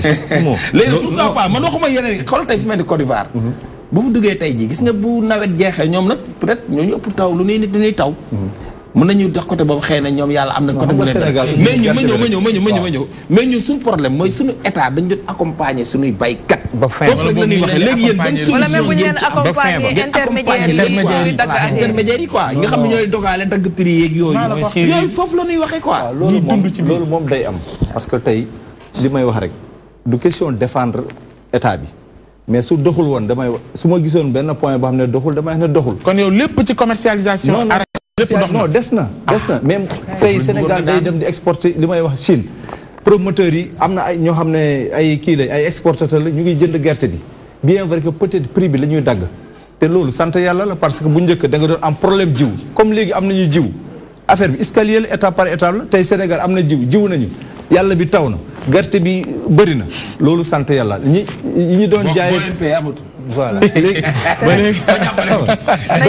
danañu mbaxalu Saalum kon de sonn Mohamed. campagne arachidière bi ñëw noo ko gisee. défaillance dafa mel ni moo am ci système bi alors pourquoi may waxu défaillance peut-être parce que production bi benn pàcc la ci ñu defar ba pare. ba gerte gi tege mais est-ce que amul yeneen étape yu ci toog xam ni foofu négligence dafa am loolu waral tey jii am yeneen client yu war a ñëw bëgg a imposer benn politique de prix ñoom ils sont obligés ñu jaay ko parce que mënuñu bàyyi quantité bu toll noonu téye ko donc tey jii ci wàllum écoulement ginnaaw production bi ndax foofu manqué wul tuuti benn mécanisme benn stratégie boo xam ne waroon nañ ko teg en place pour que bu production bi taxawee ñu mën ko écouler dans la meilleure des façons et que ñoom ñu mën see gis seen bopp financièrement également à bon prix parce que tey mënoon nañu am ay hangar am ay machines yoo xam ne gerte bi am ay mën nañ am ay stock yoo xam ne mën nañ fa nekk ah sénégalais aussi di def transformation gerte bi tey lan lañ ko ñun ci la ñuy togg ay maafeek def ki mais doyul tey mënoon nañ ko utiliser ci beneen gerte li mu mën a liggéey moo bari donc sénégalais aussi di wax ne tey état bi mën nañ xalaat si loolu ndax jàppoon ni waroon na fekk ñu xalaat ko parce que gouverner c'est prévoir également munoo yóbbu nit ci production yokkal ko ay moyens wam jox ko ay machines comme ni ngeen koy waxee alors que derrière préparé wu bu production bi pare fan lañ koy jaarale gerte bi bëri na tey bu am ñu problème commercialisation mais day ñëw incha allah déwén di ngeen gis changement léegi ñi yoragum nii seen gerte. ak exploitation sax nii nañ bëgg a xam ni ñuy def ba jaay. da nga koy dewli. et puis ak exploitation. sa boo amee sa xaritu gunóor doo ko tànc ci miir. comme nee na déwén yàlla ngeen gañ a déwén. léegi damay wax na rek xam nga commerce agriculture bi. waaw du gerte bi rek. dafa bëri façon. tey soo duggee ci àll bi 95 ñeneen ñi du ñu béy gerte. lu ku mel ne man tey lu tax mënuma sori ci gerte bi du ma béy gerte. man damay béy légume fruits ak légume loolu lay béy donc si loolu laa mën a gën a maîtriser quoi donc soo leen ma dugalee ci kiiwu mais gis nañu aussi tamit ci fruits yooyu ni ñuy mangue bi muy commencé jël dem nañ ba di ko labelliser ba tey ñu koy exporter xëy na bokk na tey ci suñuy fierté lu mel ni mangue tey ñu koy voilà ñu taxaw mais lu mel noonu est-ce que waru mën a yaatu ci yeneen fruits yi ba nga xamante ne du yem rek ci mangue mais ñu am yeneen xeetu yoo xam ne dañ koy exporter Sénégal di ci gën a gis boppam Sénégal tey li muy exporter si légume bëri na mango bi nga wax tey ñun dañuy kontaan parce que ñun dañuy béy mango bi fii di ko jaay Sénégal mais di ko export bitim réew tey soo demee Free Logistica bu Berlin bi burki démb kon naa mois de février foofu lañ nekkoon nga xam ne Sénégal yóbbu na tey agriculture bi foo xam ne yëggu ko fa parce que tey mango Sénégal rek la gars yi di laaj foo dem ci àddina bi donc loolu sant yàlla la ñu ngi koy jënd fii tey béykat yi bu njëkk da ngay witt sa mango bi di nëpp fii kenn soxlu ko mais tey mango kilo bu gën a tuuti ñu koy jaayee 250 francs mais ba léegi mango dafa mu ngi am sud il faudrait que aussi ñu am benn politique boo xam ne waa sud dañ leen ci jàppale parce que jusqu'ici ñoom ba léegi mango bi dafay daanu nag yi ñooy dugg yenn saa yi mais non gis nga transformation yi kay gis nga transformation mango bi léegi gars yi dañ koy transformer di ko def jus mango am pagaille tey foo dem am na juróomi fukki jigéen ñoo xam ne ñu ngi leen di def formation pour ñu am transformer di ko def seen jus commencé na Sénégal haricot vert bi aussi la même chose haricot vert bi aussi vraiment ñu ngi koy jaay fii ñu ngi koy expédier bitim réew ah local bi moom vraiment mën naa wax ne tey lépp loo xam ne légume la ah prix yi baax na. tout est satisfaisant ci légume. tout est satisfaisant. macha allah dafa ne nee na nii donc. soble bi. non soble bi moom macha allah parce que tey. 550. macha allah fii Dakar. waaw kilo soble. mais sénégalais ñoo ko bëgg. non sénégalais ñoo ne nañu arrêté exportation soble. jël soble mbay bi. jël soble bay bi ñuy bay fii moo tax mu xaw a cher mais c'est normal aussi c'est ñii nga xam ne yow yaa ngi tëdd Dakar ah bàyyi leen baykat yi fële nañu yéen a ne nañu lekk local tey soble bi ñuy bay Sénégal moom moo tax soble bi cher dañu arrêté importation bi moom la ñu arrêté moo tax affaire bi cher. loolu yëpp politique la bu ngeen tegee stratégie pour que bu importe bi nekkee fii nii ah soble mbay bi xam ngeen ne du écoulé wu donc de cette façon vous êtes obligé de geler l'importation pour ñu mën a écouler li fi nekk maintenant li fi nekk nag yéen a koy accompagner pour mu mën a jar mais mooy doxal Sénégal si la personne a le choix entre ñaari oignon yooyu mu gis si kanamam bi ko gën a neex rek lay jël déedéet wala bi gën a rafet rek dañu war a lekk local bi nag waaw mënoo di importer fële soble di ko jaayee kilo 300 soble Sénégal bi nekk fii di fi nëpp mënul nekk nañu gëm suñu bopp sénégalais tey soo demee Côte d'Ivoire seen ñoom dañuy sol li nga sol nii Côte d'Ivoire la jóge ñoom dañuy sol seen lépp c'est local ak yeneen pays Sénégal rek ngay gis tey ñun ñu fi toog nii amul kenn koo xam ne sol na loo xam ne mën nañ ko kii demal palais ba maa ngi nii loolu yéen demal andi benn coow le consommé local dam leen ci yéen nañu import nañ di lekk local di sol local su ko defee dëkk bi dox dëkk bi président Macky Sall dafa am lu mu ci mën mais ñun sénégalais yi ah les sénégalais de lambda ñun ñoo mën a defar dëkk bi tey. Très bien. Alors nous abordons la deuxième partie Tivaouane Peulh, spoliation des terres, le mal-vivre des populations. dafa mel ni léegi titre foncier moom. photocopie la. waaw kenn mënatu koo am nekk ci jàmm notamment ñi dëkkee ci Tivaouane Peulh. da ngay am kër am titre foncier ñoo fekk la fa ne la mënta nekk soit dañuy daaneel sa kër. wala ñu nangu sa terrain. waaw foofu soo ma ci waxee dinaa ci mën a tontu parce que démb foofu la ma fekk Tivaouane Peulh tey mën naa wax ne c'est à 20 kilomètres de Dakar soriwul. Dakar yëpp mu ngi bàbbeeku jëm Tivaouane Peulh. Tivaouane Peulh li ko dal régime bi passé ñun dañu ñëwoon toog Tivaouane Peulh mën na 100 ans ñu nga fa ñun pël yi. ñu ñëw immatriculé dëkk bi yëpp te xamuñu si dara da ngay am sa toolu pap doon toog di béy. am sa 5 hectares toog di béy jékki-jékki gis ay gars wala hélicoptère romb wala photo tool bi titre tool bi fekk yow domaine national nga amoon titre tool bi da ngay xëy rek gis ay gendarme waa Descos taxaw ah ak benn këyit ñu ne fii titre foncier telle personne la loolu moo ñu sonal su ko defee ñu am problème ñu ne mais ban titre fekk yow amoo këyit préparé wa sa bopp ñu ne foofu ñu joxe xoolal li fi am tey ci titre foncier te lépp mooy régime bi passé titre foncier APIX mu nga fa CIPRES 150 hectares la ñu jël Tivaouane Peulh loolu soo ko jëlee si suufu kii c'est trop titres yi mënuma ko groupe Nabi AD Invest ay titres yi xoolal nii la ñuy def Tivaouane Peulh village Tivaouane Peulh ñun ay béykat la ñu woon ak ay sàmbakat tey jël nañu àll bi yëpp titre ko te yëguñu da ngay ñëw jonkoon sa tool di béy ba tuuti ñu ne la génnal mais loolu fekk yow nga toog fa 50 ans dafa metti am na koo xam ne dafa am nagam toog nekk këram nekk si biir toolam ñu ñëw ñu ne la génnal si biti fii titre diw la fekk kooku dem na jaar na si kaw ba immatriculé comment dire ci kaw fan ci kaw ça veut dire que ci état bi di remercier président Macky Sall nag parce que bi mu ñëwee ba léegi titre yi ma fi lim yëpp ci régime bi passé mooy régime Ablaye Wade ci la titre yi ñëw si Tivaouane Peulh ci la ñu titre yëpp président Macky Sall gis ngeen Tivaouane Peulh li nga wax ni sànq toj yi dañu xëy toog 6 heures du matin c'est mel ni Casamance mel ni kii c'est dëkk bi yëpp escorté par ay gémi par ay gendarme ak seeni liif man ak monsieur le maire jàpp nañu manoote ñu nii sànni ñu si biir oto parce que dañ ñëw di défendre intérêt dëkk bi ñu ne fii titre foncier la daté na telle date depuis 2000 am na yoo xam ne si 2 tours yi ci la ñu titré foofu nga xam ne loolu dafa métti na ngay ñëw seede fi nga kii jox sa doom dëkk c'est dafa benn mais parcelle. boo gërëmee président Macky Sall ne am na taxawaay bu ci am normalement war ñu ko mën a ressentir ba 2018 ça veut dire que coow suuf dafa war a jeex mais jusqu'ici dañuy gis ñoo xam ne dañuy wax ne dañ leen bien sûr de remercier premier ministre keroog la ñu soog a recevoir mooy vendredi bii passé mu jël ay engagement premier ministre mu ne lépp loo xam ne titre la Tivaouane Peulh nañ ko bind lettre bind nañ ko jox nañ ko titre yëpp parce que tey ñun ñoo am problème da ngay ñëw dëkk amoo sax foo dëkk soo fa jaayee parcelle parce que nit fu mu nekk am na droit aussi joxe fa gis sa benn nijaay bu dëkkoon fële nga ñëw daggal ko mu dëkk su dëkkee suba ñu ne la mënoo fi am kayit wala fii titre bu jàmbur la. yéen mairie bi ban responsabilité ngeen ci am da ngeen di dagg. mais accompagner population. mais da ngeen di dagg yéen. da ngeen di dagg ay terrain di jox. déedéet bi ñu toogee ba léegi. mënoo ñëw fenn gis signature mairie wala amul suuf parce que Tivaouane Peulh yëpp la ñu jël. daggu leen ko ci tout est titré xoolal dañu ko titré yëpp.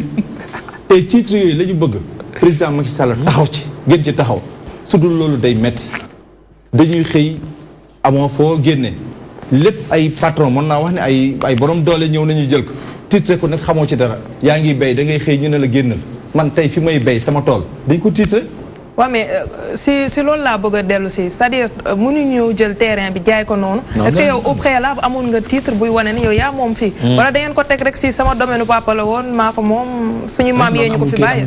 non ñun jaay ñu dama la ne ñi fa dëkk tey man sama kër papa laa dëkk ba léegi mënoon naa am dëkk ci toolam yi su ma demee tey commencé construire sama kër bopp ñu ne la arrêté fii amoo droit construire parce que titre foncier titre nañ ko depuis 2000.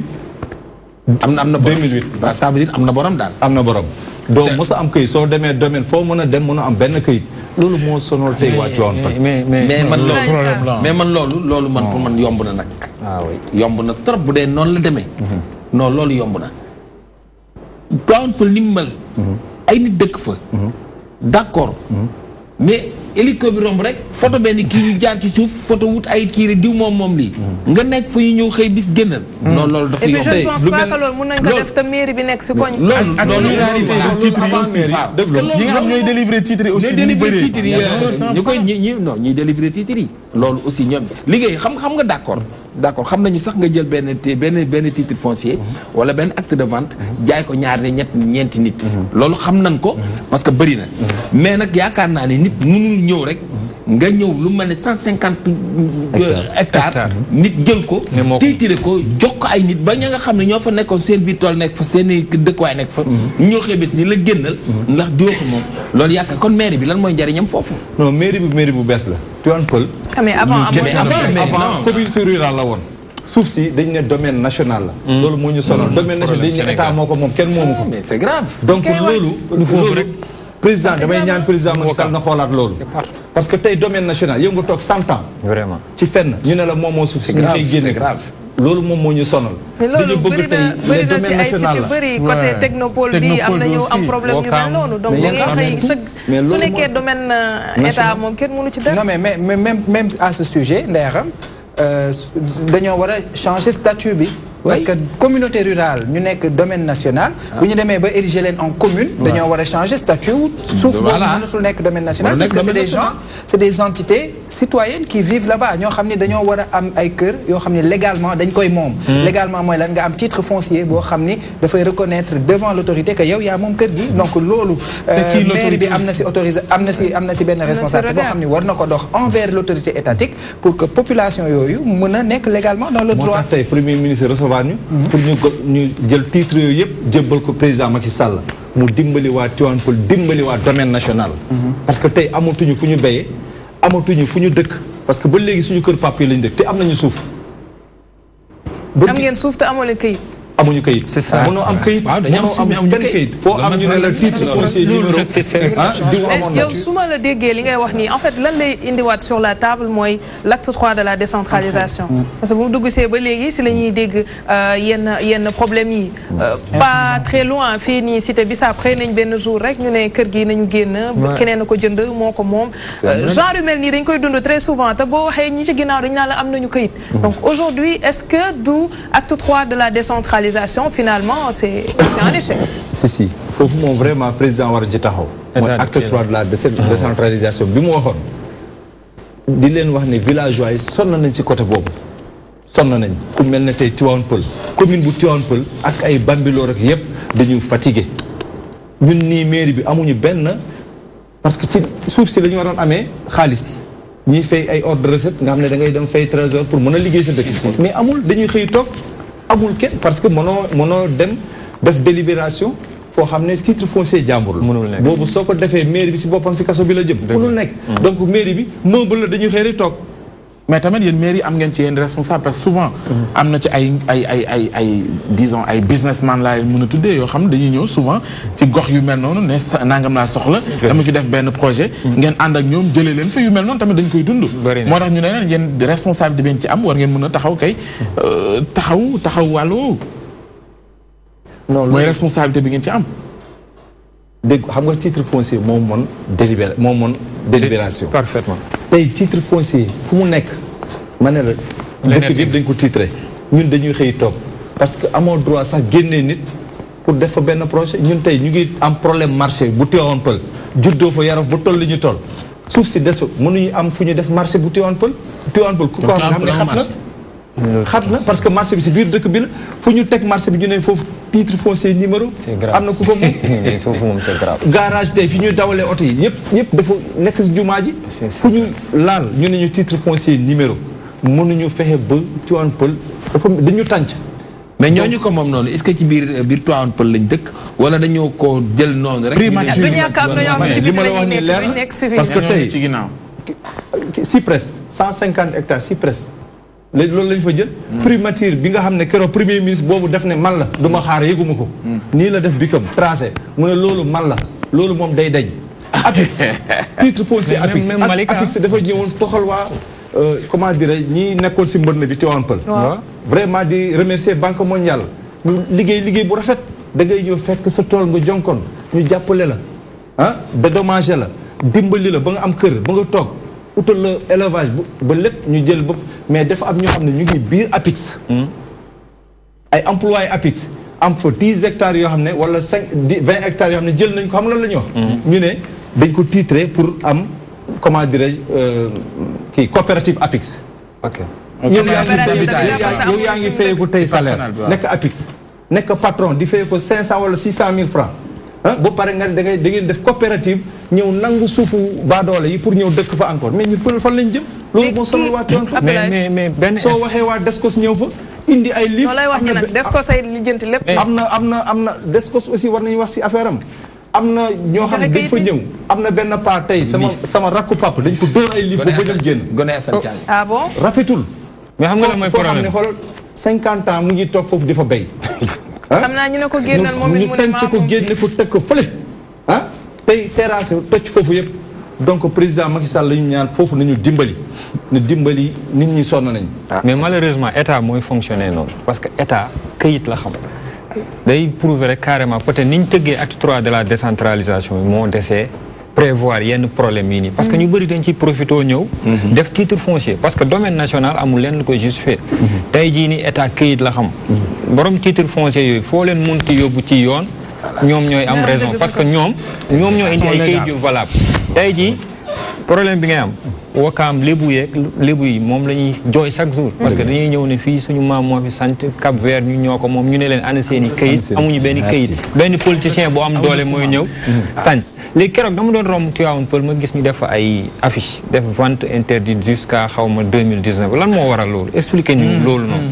parce que dama doon dem kii ma romb voilà loolu dafa am mooy Banque mondiale fi mu aménagé defar ko ba mu rafet ñi nekkoon ci mbënd bi ñu jox leen fa ay terrain am ñoo xam ne da ngay gis borom kër boo xam ne dafa am terrain ñu jox ko financement comme pour mu dem tabax au lieu mu dem tabax day ñëw jaay terrain bi dem luyee biir Tivaouane Peulh wala dem luyee feneen fekk yow yaa am terrain boobu dañ ko mayoon waaw dañ ko joxoon état bi moo leen ko jox léegi su ko defee tey sa njaboot fan la jëm léegi dañ ne kenn amul mooy site boobu lañ fa def kenn amul droit ñëw rek jaay même borom kër gi tey suy jaay day toog ak njabootam ñu jaay ko ensemble ça c'est voilà loolu moo indi mooy protéger xale yi. waaw parce que loolu moom c'est une bonne idée.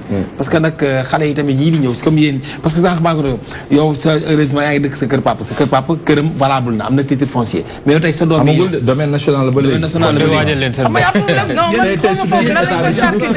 juridiquement parlé ça ne pèse pas quoi domaine national. zone bi yëpp zone rurale bi yëpp domaine national. mais nag gis nga réew du dox waa réew mu ñoo koy doxal gis nga nag yéen ñi fa dëkk yéen est-ce que du dañu yàgg a seetaan tamit. seetaan voilà foofu laa leen bëgg ñàkk xam aussi li seen i ak xam du seetaan ñàkk xam la ñàkk xam parce que tey sama mbokku mag ñi ñoo fa nekkoon mag ñi jànguñu dara ñoru leen dañuy ñëw dagg dëkk toog nekk fa 100 ans nag parce que Tivaouane Peulh yàgg na dëkk bu yàgg la 68 lañ fa sanc mais ak urbanisation yéen bu ngeen gisee ni ñi ñaa ngi commencé dagg di dëkk di ñëw est-ce que jarul woon ngeen jóg gëstu parce que am na ñoo xam ne tamit tey bu ñu defee seen investissement 10 millions tabax benn terrain nga bëgg a xëy suba ne ko man maa ko moomoon fi nga tabax sama place loolu tamit day doy waar moo tax tey bi ñu ñëwee tey mairie bi ak PM lan la war a mën a tey bi ñu ñëwee mairie bi li ñu njëkk def parce que mairie bi 4 ans la dure 2014 bi ñu njëkk def mooy xool lan moo am titre foncier ak lan moo des toujours domaine national. loolu la ñu njëkk xool xam nañu tey titre yëpp fan la féete. ak fan mooy domaine national. léegi ñu ngi si travail ak waa domaine ñu xool nan la ñuy immatriculer kër yi nga xam ne domaine national. titre yi président Macky Sall dimbali ñu si titre yooyu parce que am na man gis naa ñu taxaw ci kaw juma di filmer man leen lan la ñu ne man dañuy indi ndox ak courant ñu doon kii doo xam.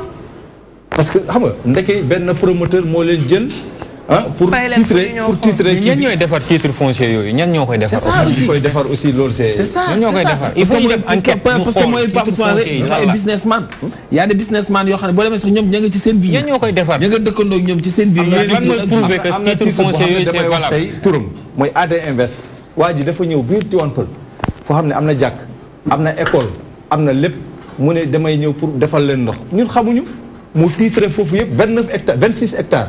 waaw mu xëy terrassé 4 hectares yi. fi mu terrassé tey soo fa ñëwee sa yaram dafa daw parce que ki moomoon foofu yàlla na ko yàlla leen Pa Saw dafa tabaxoon jàkk juma benn pa bu lislaame tabax fa juma dëkk fa ak njabootam. ñu xëy gars yi ñëw terrassé ko takk ko. papa bi fa la jaar gaañu génn àddina. doomam yaa ngi fa di traîner.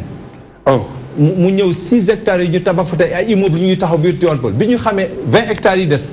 man fa laa dëkk ci biir 20 hectares yi. bi ñu ñëwee 20 hectares yooyu bi mu ñëwee bi ñu kiiyee bi ñu woowee ñu ne non moom bi mu ñëwee def ne fii ay golo ñu fi dëkk ay nit dëkkuñu fi. est-ce que fa la ma wax boobu. insulte donc sonn nañu waa Tivaouane Peulh dañuy sonn. ñàkk xam te soo leen état bi su ci taxawul xam nga lan moo ma métti suñu papa yi ñun ñii ñëpp si kaso bi lañ jëm.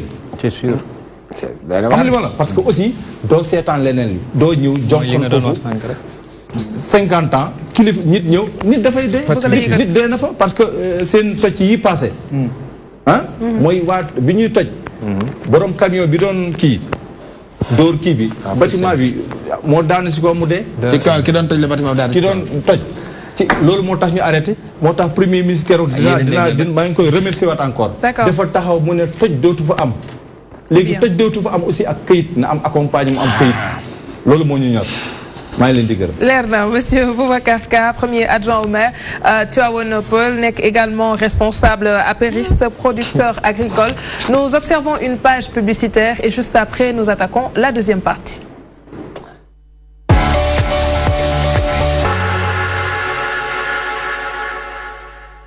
Mbokki amateur yi Khadim Production moo fas yéene dellu si au stadium Iba Mar Diop le 28 mars mu nekk ñaareelu journée boole ay espoir yu doy waar xale yu wekkat Gakou 2 école de lutte Balla Gaye mooy jàkkaarloo ak Caatu Yoff écurie Yoff Mbolo boobu war a nekk drapeau Diaw Fara monsieur PS coordonnateur du mouvement Barème 2019 banlieue en action pour la réélection du président Macky Sall en 2019 invité d'honneur du monsieur Karim Sall combat spécial Zal Bambey moo ci jàkkaarloo ak bébé bisbi drapeau Bassakho di mécanicien bu nga xam ni bu jógee askan bépp jóg. combat préliminaire Santos moo ci jare ak Lo Shot numéro 2 Fay Biram war ci jàkkaarloo ak Boy Walo Auguste war ci jàkkaarloo ak George Bush Mambala numéro 2 war ci jàmmarloo ak Yemu Dakar Mana war ci bëree ak Dout Seck numéro 2 Bébé Wuli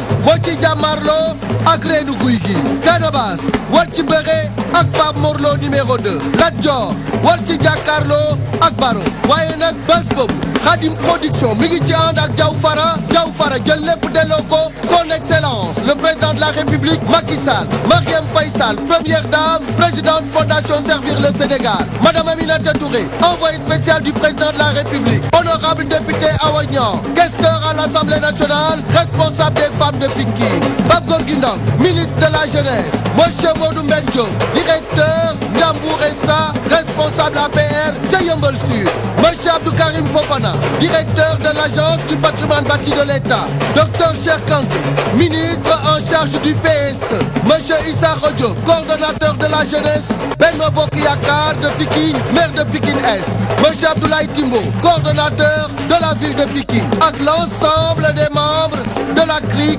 Sénégal et de la diaspora waaye nag fàttewul monsieur Mouhamadou Makhtar Cissé directeur général de la Sénélec kon nag bokki amateur yi rendez-vous le 28 mars au stadium Iba Mar Diop ànd ak Khadim Production Gakou 2 war ci jàkkaarloo ak Thiatou Yoff combat spécial ba Salba Mbaye moo ci bëree ak bébé bisbi ci wàllu sponsor Khadim Production mi ngi ci ànd ak Kër Jeeg gi tout ce qu'il faut pour votre ménage ak soxna na fi Fallou Fall la célèbre voyante ba ca xam-xam bu sell ba kon nag mbir mi ngi war a am le 28 mars au stadium Iba Mar Diop en direct sur la DTV.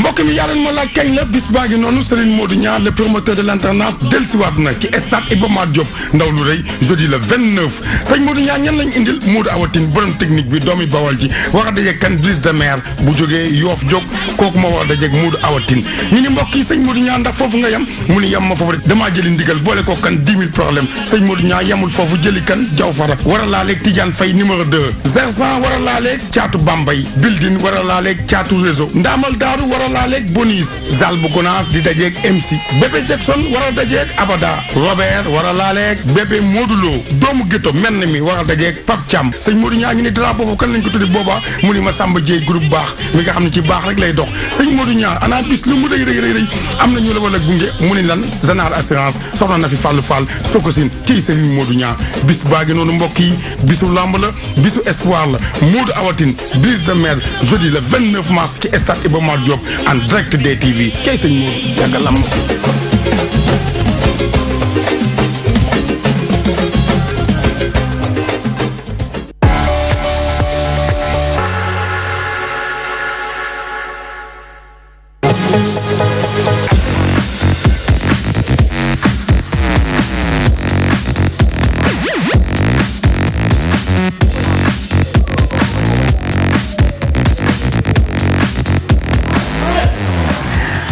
La deuxième partie de Toi-même tu sais, et cette fois nous allons discuter un peu avec notre artiste du jour, mais également parler de la rubrique high-tech. Ce sera tout à l'heure avec Abdoulaye, mais avant ñuy ñëw ci Abdoulaye dañuy njëkkee ci sama waaji Amana nga ma wax. Amana tur bi fan la jógee. tur bi waaw xam nga Amana. Amadou la wala Amana xawma lan nga jël contracté ko. buñ ne Amana rek dañ ciy teg Rasulullah. Amana Rasul nga tudd. te Amadou ba pare nga dagg ko def ko Amana. te Amadou mooy Ahmadou. mooy Ahmadou mooy Mamadou. mooy Modou. waaw moo tax nag ñu jël tur boobu noonu décortiquer ko def Amana. tey yow nan ngay définir sa bopp en tant que artiste ban genre artiste nga gis sa bopp. man je suis le fils héritier de la musique sénégalaise. ay loolu yaatu na de. waaw parce que mën naa wax ni ñiy def musique yëpp instant yi nii. man maay seen rak man maay seen doom bopp mën naa man maay seen doom man maay seen caat ndax ñii musique ñëpp maa si gën a ndaw. lan moo la inspiré tey pour nga bëgg a dugg si métier bi.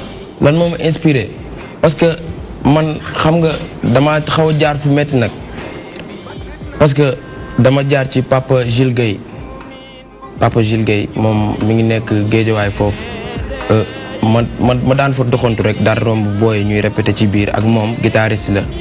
xam nga ma fay jaabante di fa fekk sama benn mag Sidi Diop di ko fa fekk xam nga mu ñuy teg ci yoon Papa Zil di ñuy teg ci yoon mag doomam xam nga Aline Gueye maa ngi koy siyaaraale xam naa ne mi ngi ñuy seetaan.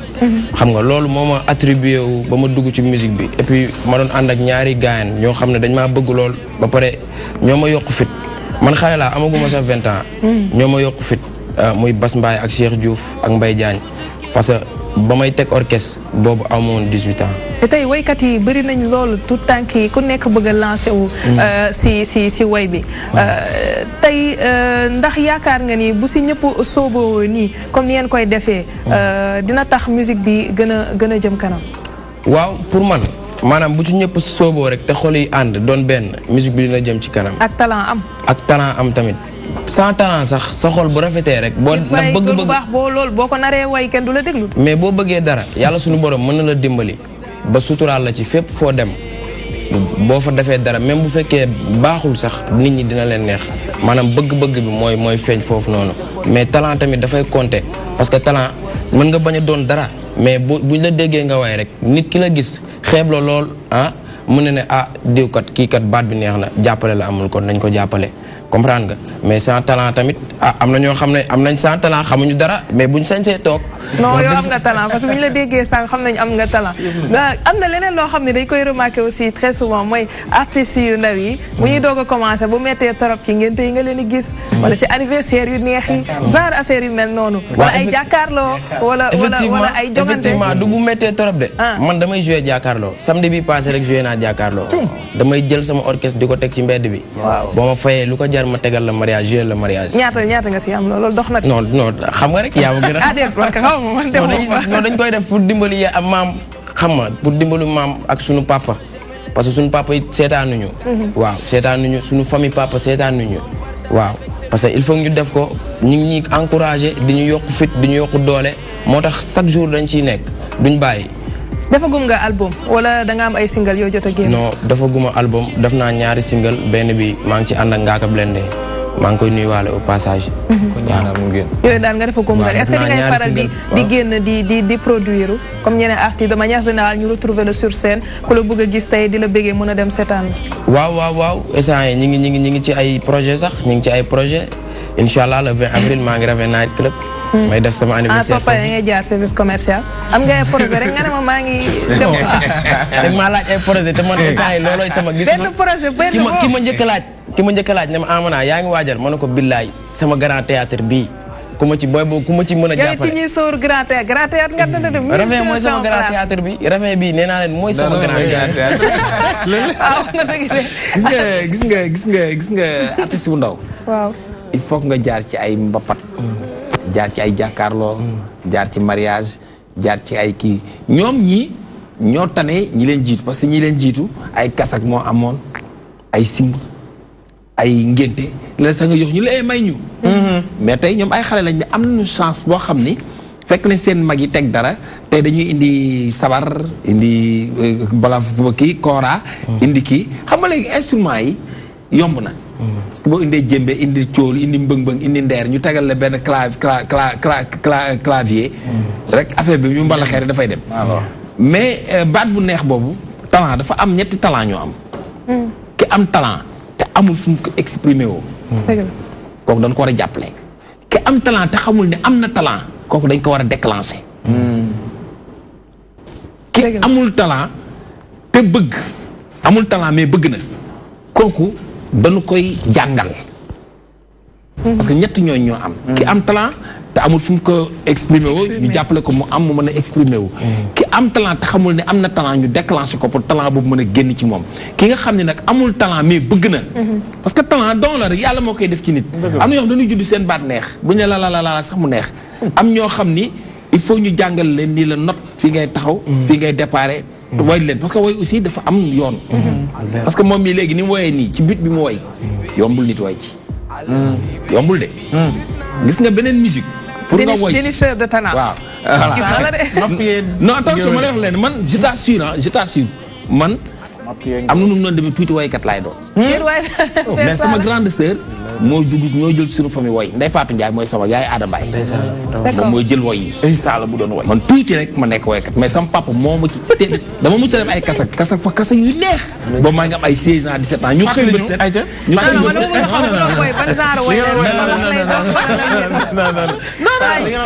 loolu yàgg na bon loolu ay boy mais bi ñu xëyee paa bi ni ma dégg naa da nga doon kasak bi woo ma avec fermeté quoi moom loolu du sa cër su ma la ci déggatee di nga xam bi si sa cër ñëwee di nga ko jël dama la nga jàngi métier bi si sa cër ñëwee nag ci wàllu média ni la ma ko waxee woon média di nga ko jël te boobu xaw ma dinaa nekk homme de média moo tax Mohamed déglu nga sànq Amana loo dégg ci son bu mu def bëgg naa la fi timbre vocal bi déjà Mohamed bëgg naa la laa la wax timbre vocal bi non man dama constaté ci fond bi ak ci forme bi yëpp mën naa ñëw ci loolu ngay wax mais dama bëggoon commencer foofu rek si tu le permets parce que dafa am potentiel boo xam ne am na ko mais effectivement talent kese doyul ci def carrière donc dafa bëri yoo xam ni moom lay àndal ci thème yi ñuy way du mbëggeel bi ngay wax nii fii gisuñu fi waykat buy way te wayul mbëggeel ça j'invite tout le monde à faire le constat fii moom ku fi way mbëggeel maintenant ci ban forme nga koy wayee ak ci ban contexte nga koy jaarale parce que yéen ay artistes ngeen dafa am ci ay canaux yoo leen di jaar pour mën a jàllale seeni message mu nekk lu am solo mais également yeneen paramètres yu bëri yoo xam ni dafay ànd ak talent boobu nga xam ni moom ngay am moom mooy ñëw en complément pour que mën na defar benn artiste bu pare boo xam ne mën na évoluer comme il faut ci scène musicale bi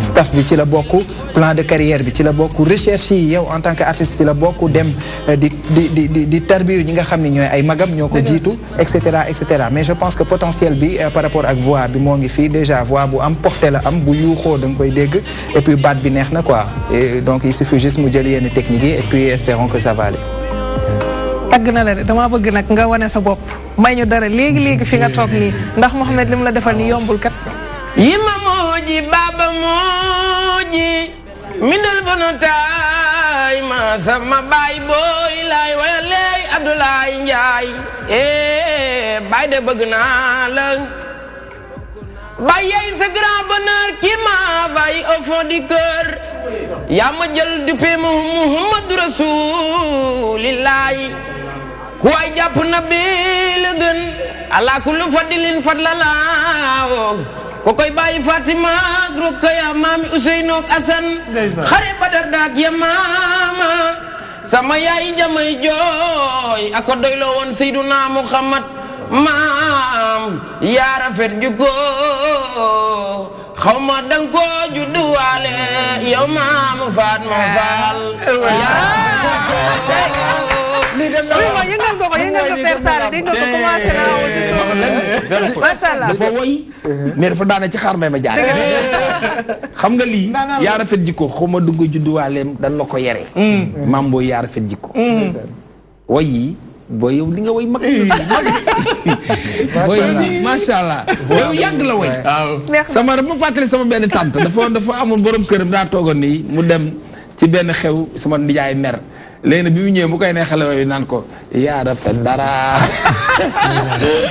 xaw ma dañ la xaw ma da ko jëndam nañ la ko ñëwal sama série yaa rafet dara moo dama mayee loolu rek ma xam ne xale bi mi ngi inspiré wu mais góorgóorlu fils yaa une belle voix ba pare macha allah góorgóorlu alors Amana dañuy jublu léegi ci rubrique high tech ak Abdoulaye ñu seetaan léegi jingle dellusiwaat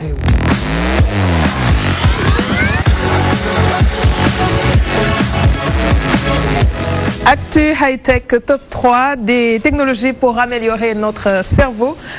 Comment fonctionne Internet?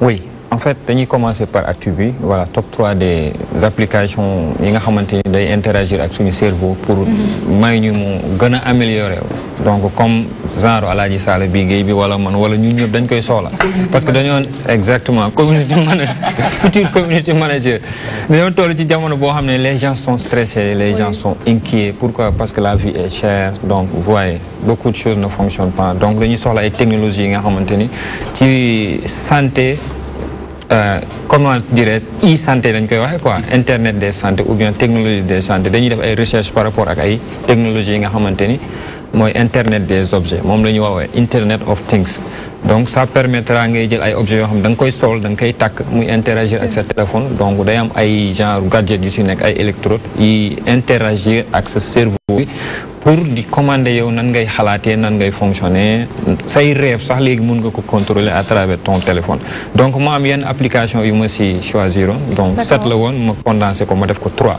bi si njëkk mooy Muse donc Muse moom la ñuy woowee l'appareil pour méditer donc nit dafa soxla méditation dans sa vie boo liggéeyee ba wàcc dafay baax nga toog di méditer di xool nan ngay yokkee say performance nan ngay développer sa intelligence yéen journalistes yi nan ngeen amee inspiration pour créer ay système de présentation yi nga xamante ni day tax nit ñi am attraction ci exactement pour gën a innover casque bi nag benn bandeau la boo xam da nga koy takk bandeau bi boo ko gisee booy dox ci mbedd nit ñi duñu yaakaar ne bandeau électronique la benn bandeau bu simple bi nga xamante c'est connecté à ton téléphone portable donc bandeau bi nu muy doxee c'est simple dafa am ñaari points yi ci nekk ci kanam ak ci ginnaaw objectif bandeau bi c'est quoi day interagir ak sa cerveau la première des choses à faire mooy téléphone bi da lay laaj nga relaxé wu c'est-à-dire bul xalaat dala soit relax boo relaxé ba pare ba moom mu détecté ne yaa ngi relaxé wu da lay tegal benn musique benn vague ak géej man déjà su may tëdd genre musique yooyu laay déglu quoi c'est des musiques yi nga xam ne ça aide à dormir day dindi stress musique yoo xam ay taw la ay vent mel ni ci nature bi nga nekk donc bi bu détecté ne sa bopp bi mi ngi à l'aise rek da lay tegal benn son vent nga commencé méditer muy yokk plus ngay gën a méditer plus mu lay yokkal ngay dem ba dugg ba mu dindi complètement stress bi nga xamante ni mu ngi sa cerveau boo paree da lay defar benn courbe bi benn genre reporting bi nga xam ne da lay won sa performance de méditation bi l'objectif de cette technologie c'est quoi genre entraînement la soo demee ba si yàgg sans le téléphone portable yow di nga mën a def say méditation sans problème foo toog rek di nga mën a def méditation parce que nous on a ce problème là problème de concentration comme élèves léegi dañuy dem di jàng seen bopp yi du dëgër ñu naan leen dañ leen di bindalay ay kiis ak xeet affaire yooyu noonu man naan naa kiis ay 80 fois damay gën a nulaar su ma koy naan peut-être ak technologie bii nii mën na dox donc boobu mooy premier bi donc actuellement génn na ñu ngi koy commercialiser Muse voilà l'appareil pour méditer boobu mooy benn deuxième bi mi ngi tudd Things THYC peut-être Things comme pensée wala comme objet je sais pas ñoom lan lañ ciy jublu benn start-up bu nekk États-Unis bu tudd Aaron Musalski ñoom ñoo ko defar donc bii comme son nom l'indique da lay permettre ngay choisir say humeur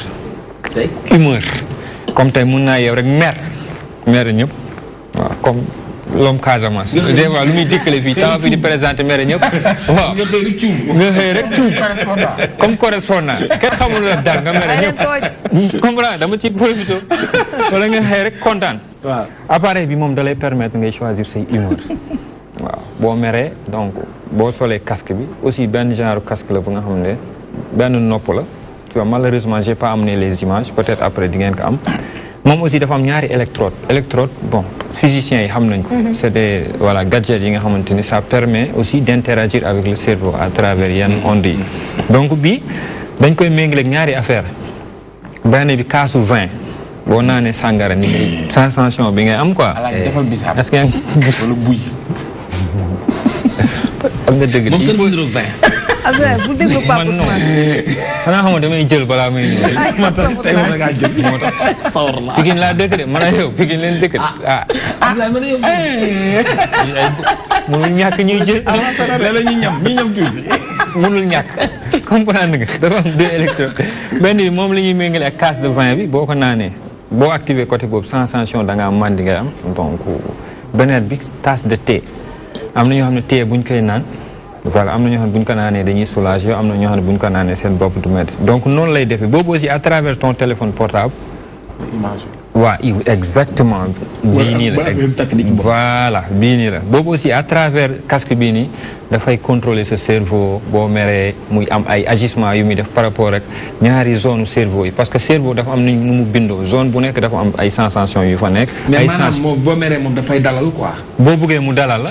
mu dalal la boo buggee mu yokk la mer aussi. mun na la yokk moom kay mu dalal la boo meree. waaw te yaakaar naa ne sax li tax nit ñi di ko utiliser c'est pour mu leen di dalal pas muy yokk seen. mën na dem ak téléphone yëpp. smartphone yëpp na nga am internet mu nekk smartphone pas téléphone pas Ousmane bii waaw pas Ousmane bii moom. libéré délivré. yii nii man xaw ma ndax nit ñi ñu ngi koy utiliser ba léegi. c'est grave 21e siècle ñuy utiliser téléphone donc ci téléphone yi lay dem aussi mu dafa nekk actuellement en étude gars yi ñu ngi ci def ay étude pour approfondir ko muy affaire bu extraordinaire aussi pour ñu koy utiliser pour contrôler suñu émotion pour dire rek léegi la science ñu ngi commencé traverser ay esprit suñu demee bay contrôler esprit ça devient grave donc nit sax mun na nekk dans le coma ñu branché ko ay appareils yi nga xamante ni dañuy wax ak moom lu mu doon rêver avant muy dee lu mu doon def yëpp mun nañ stimuler cerveau bi ba di ko seetaanaat ci kii bi donc muy lu baax parce que nit su paralysé souvent mun nañ utiliser appareil yooyu pour mun a day amaale ay vertus thérapeutiques daal. waaw day amaale ay vertus thérapeutiques moom lañ koy woowee sax moo tax ma ne e-santé. D'accord. pour ay médecins yi def recherche pour évoluer la domaine santé bi la beneen bi Halo Sport la tudd bi genre kii la créatine mbër yi nga xamante ni sportif yi dañuy dem salle ñoom xam nañ la créatine mooy benn kii boo xam ne da nga koy naan pour yokk sa doole moom yow da ngay dem sport. dama ko doon def dama doon utiliser créatine. waaw créatine est-ce que créatine day doubler say force ñi nga xamante ni dañuy def ay concours mais est-ce que loolu aussi du dopage. bon wuute na ak protéine parce que protéine mooy bi mbëri yi utiliser ak anabolisant pour am doole par contre bi day yokk sa force rek boo waroon a mun a def 15 minutes da ngay def 30 minutes wala 45 minutes au sport donc moom la mbëri yi utiliser souvent pour yokk seen performance entraînement mais bii aussi benn casque la casque bi genre écouteur bu am son la aussi dafa am ay électrode ci biir donc moom la ñuy woowee voilà exactement moo nekk nii ci image yi bii day yokk sa doole parce que cerveau moom mooy contrôler aussi sonn nit fatiguement nit parce que gis nga ñiy dem sport en général suñu takkee di déglu musique seen esprit bu voyager dootuñu sentir coono bi li ñuy def moo tax nit ñi di déglu musique bii nag non seulement da ngay teg musique premièrement deuxièmement dafay interagir ak sa cerveau de telle sorte que boo sonnee moom dalay jox impression sonno dalay nax ne la sonnoo comme ça yow nga continuer di booster sa bopp dalay yokk énergie dalay yokk énergie yokk la motivation mais bii par contre man dama ko ragal parce que bu fekkee nit ñi nga xamante ni dañoo am problème cardiaque. waaw mën ngaa def lépp. parce que xool ak. ngay daw rek di dem yaakaar yaa ngi ne fekk dee nga bu yaa ngi di daw. voilà man côté. da ngay jékki-jékki rek daanu ci ay nit. ñu ne waa ji daa daw ba dee. moom la ñuy woowee électronique de dopage bii nii moom la ñuy woowee électronique de dopage. mais peut-être que dafay am ay aspects yu néfastes quoi parce que aussi munoo topp di daw nii rek fekk sa xol attanu ko parce que sport ñaar moo ko yor performance ak sa ni ñu koy woowatee sax. énergie am na endurance exactement endurance bi bu fa nekkul ngay daw topp ji di déglu musique rek moo lay indil nga jékki rek faatu donc te xamoo loolu rek donc bii nii il faut moo tax ñu ne prudence avec cette nouvelle technologie parce que waroo ko mën a topp lay jaay rek ngay jeex donc bii mooy troisième gadget bi nga xamante ni voilà technologie donc li moo nekkoon tey actualité high-tech on passe à la chronique. Alors, comment fonctionne Internet? Comment fonctionne Internet? Donc voilà, c'est une question que yow laa koy njëkk a laaj sax parce que tu utilises Internet tous les jours. Bon. Est-ce que am nga idée ci comment ça fonctionne? Comment ça fonctionne? Franchement, non. Ce qui m'intéresse, c'est quand je tape sur le moteur de recherche, que mu jox ma li ma bëgg. Tu t'es jamais posé la question? Comment ça fonctionne? Non. Ah bon? J'y ai jamais pensé. D'accord. Pas Ousmane. Pareil. Pour faire simple. Pareil. Oui. Mohamed? C'est le petit geek. Aucune idée. Je ne sais pas comment ça fonctionne. Extra. Oh, Aladji Sala. Sauver l'honneur. nga dal baaxul de. Aladji Sala. Community manager. bi laa xamu lu koy. xamu ko. Monsieur le maire. Pareil. Amaana yow moom. ay marimba yooyu nga. maanaam xam naa ne kàttanu sunu borom lay fonctionner. Non, yomb na xam nga internet comme son nom l'indique quoi inter. muy diminutif international net ñi dégg anglais xam nañ ko net moom la ñuy woowee toile d'araignée. Toile d'araignée nu muy fonctionner araignée bi day ñëw di ràbb. ràbb yooyu moom mooy tax mu former benn toile moom la ñuy woowee sax des fois nga dégg maa ngi dem surfer sur le web. parce que yaa ngi comprendre c'est-à-dire man damay dem ci toile d'araignée bi donc internet mooy ay réseau de réseau. réseau bu ñu ne réseau mooy ensemble d'interconnexion yi nga xamante ni tey bu ñu ne réseau des fois mooy ay femmes yi nga xamante ni dañoo booloo. dajale information bu jàllee ci kii day jàll ci kële di jàll internet c'est comme ça que ça fonctionne réseau Dakar réseau wu Diourbel réseau wu Saint-Louis réseau wu New York moom la ñuy dajale muy fonctionner grâce à des protocoles yi moom la ñuy waxee internet protocole TCP/IP peut-être que su ma duggee ci terme technique yi da leen di da leen di réeral exactement donc c'est rien de compliqué dafa nekk loo xamante ni c'est une interconnexion de réseau normée yi nga xamante ni à chaque fois boo defee ay recherche c'est à travers cette interconnexion de machine la ordinateur bi di parcourir machine yi nekk ci monde bi yëpp en une fraction de seconde pour am information bi nga xamante ni moom la lay indil ma ci profité di wax utilisateur internet nañu prudent par exemple ñi nga xamante ni dañuy utiliser Facebook di publier ay photos n'importe comment boo amee benn objet bi nga xamante ni yow da nga koy utiliser te xamoo portée de publication bi fan lay yem il faut nga def ndànk parce que internet dama koy méngale ak benn magasin wala benn poche boo xam ne sans fond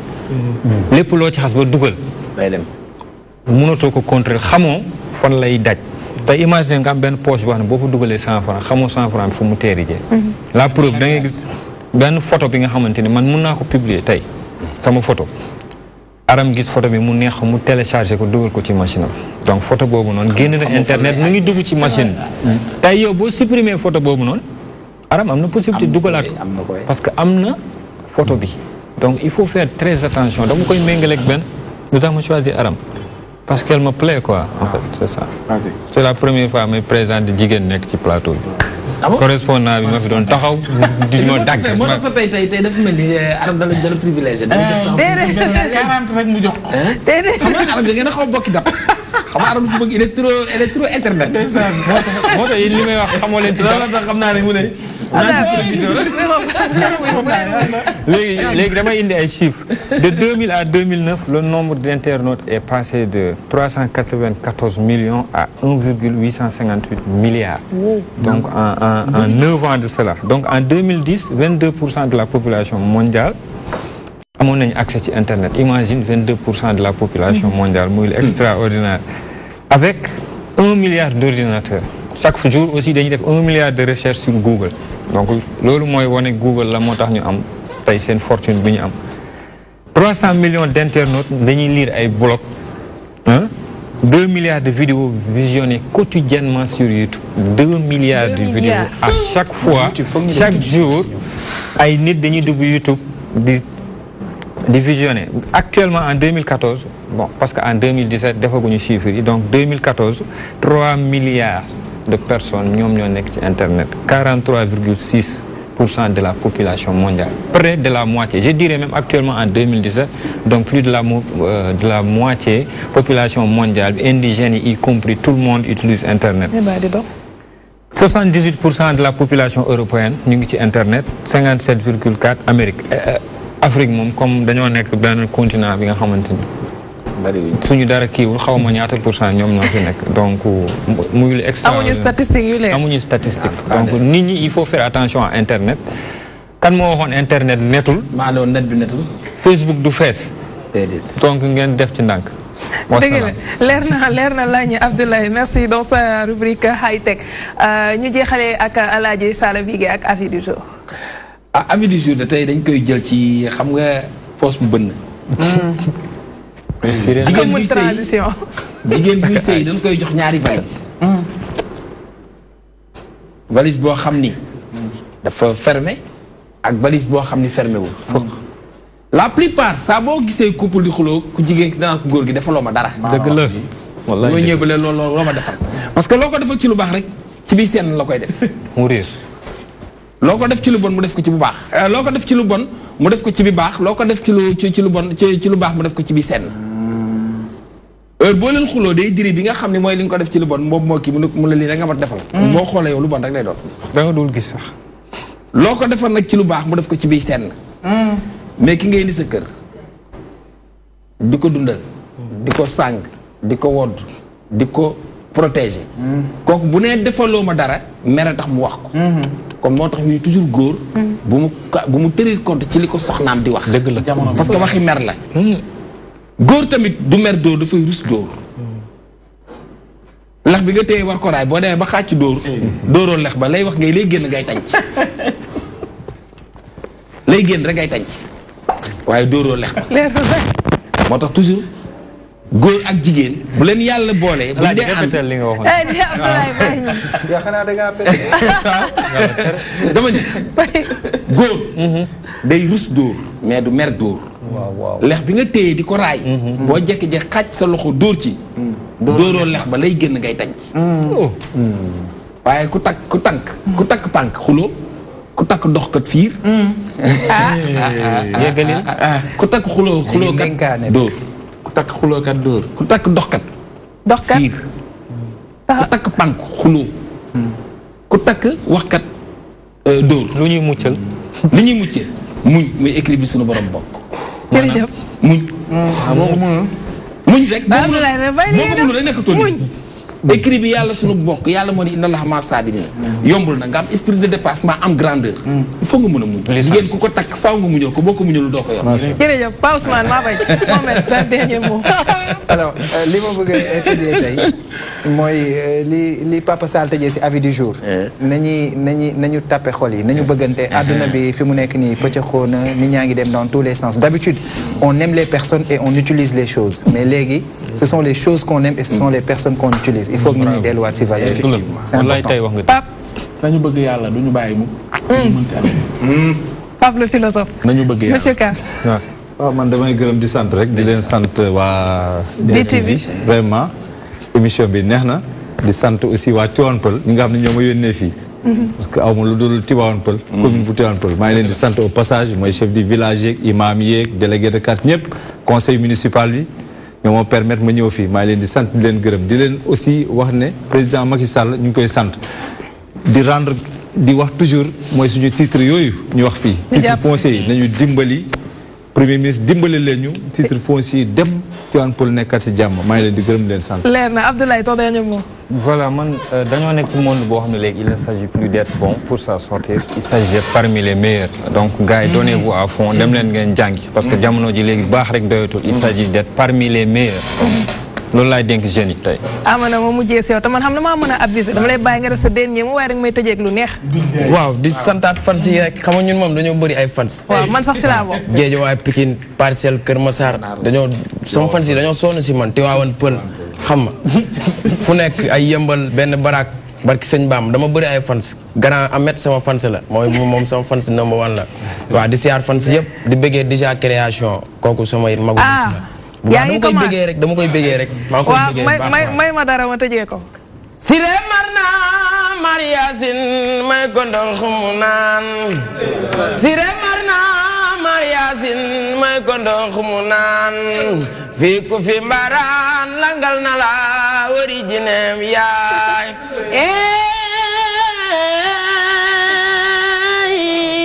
Amari Ngoone Aram Mbaay ñaan daal di may sa tëdd joor maa doon samay maam del Siré Marna Mariasin may ma ndox ma naan masha Allah fii ku fi mbaraan langal na la wari jine yaa neex na Amana Ndiaye ak groupe dëgg merci beaucoup.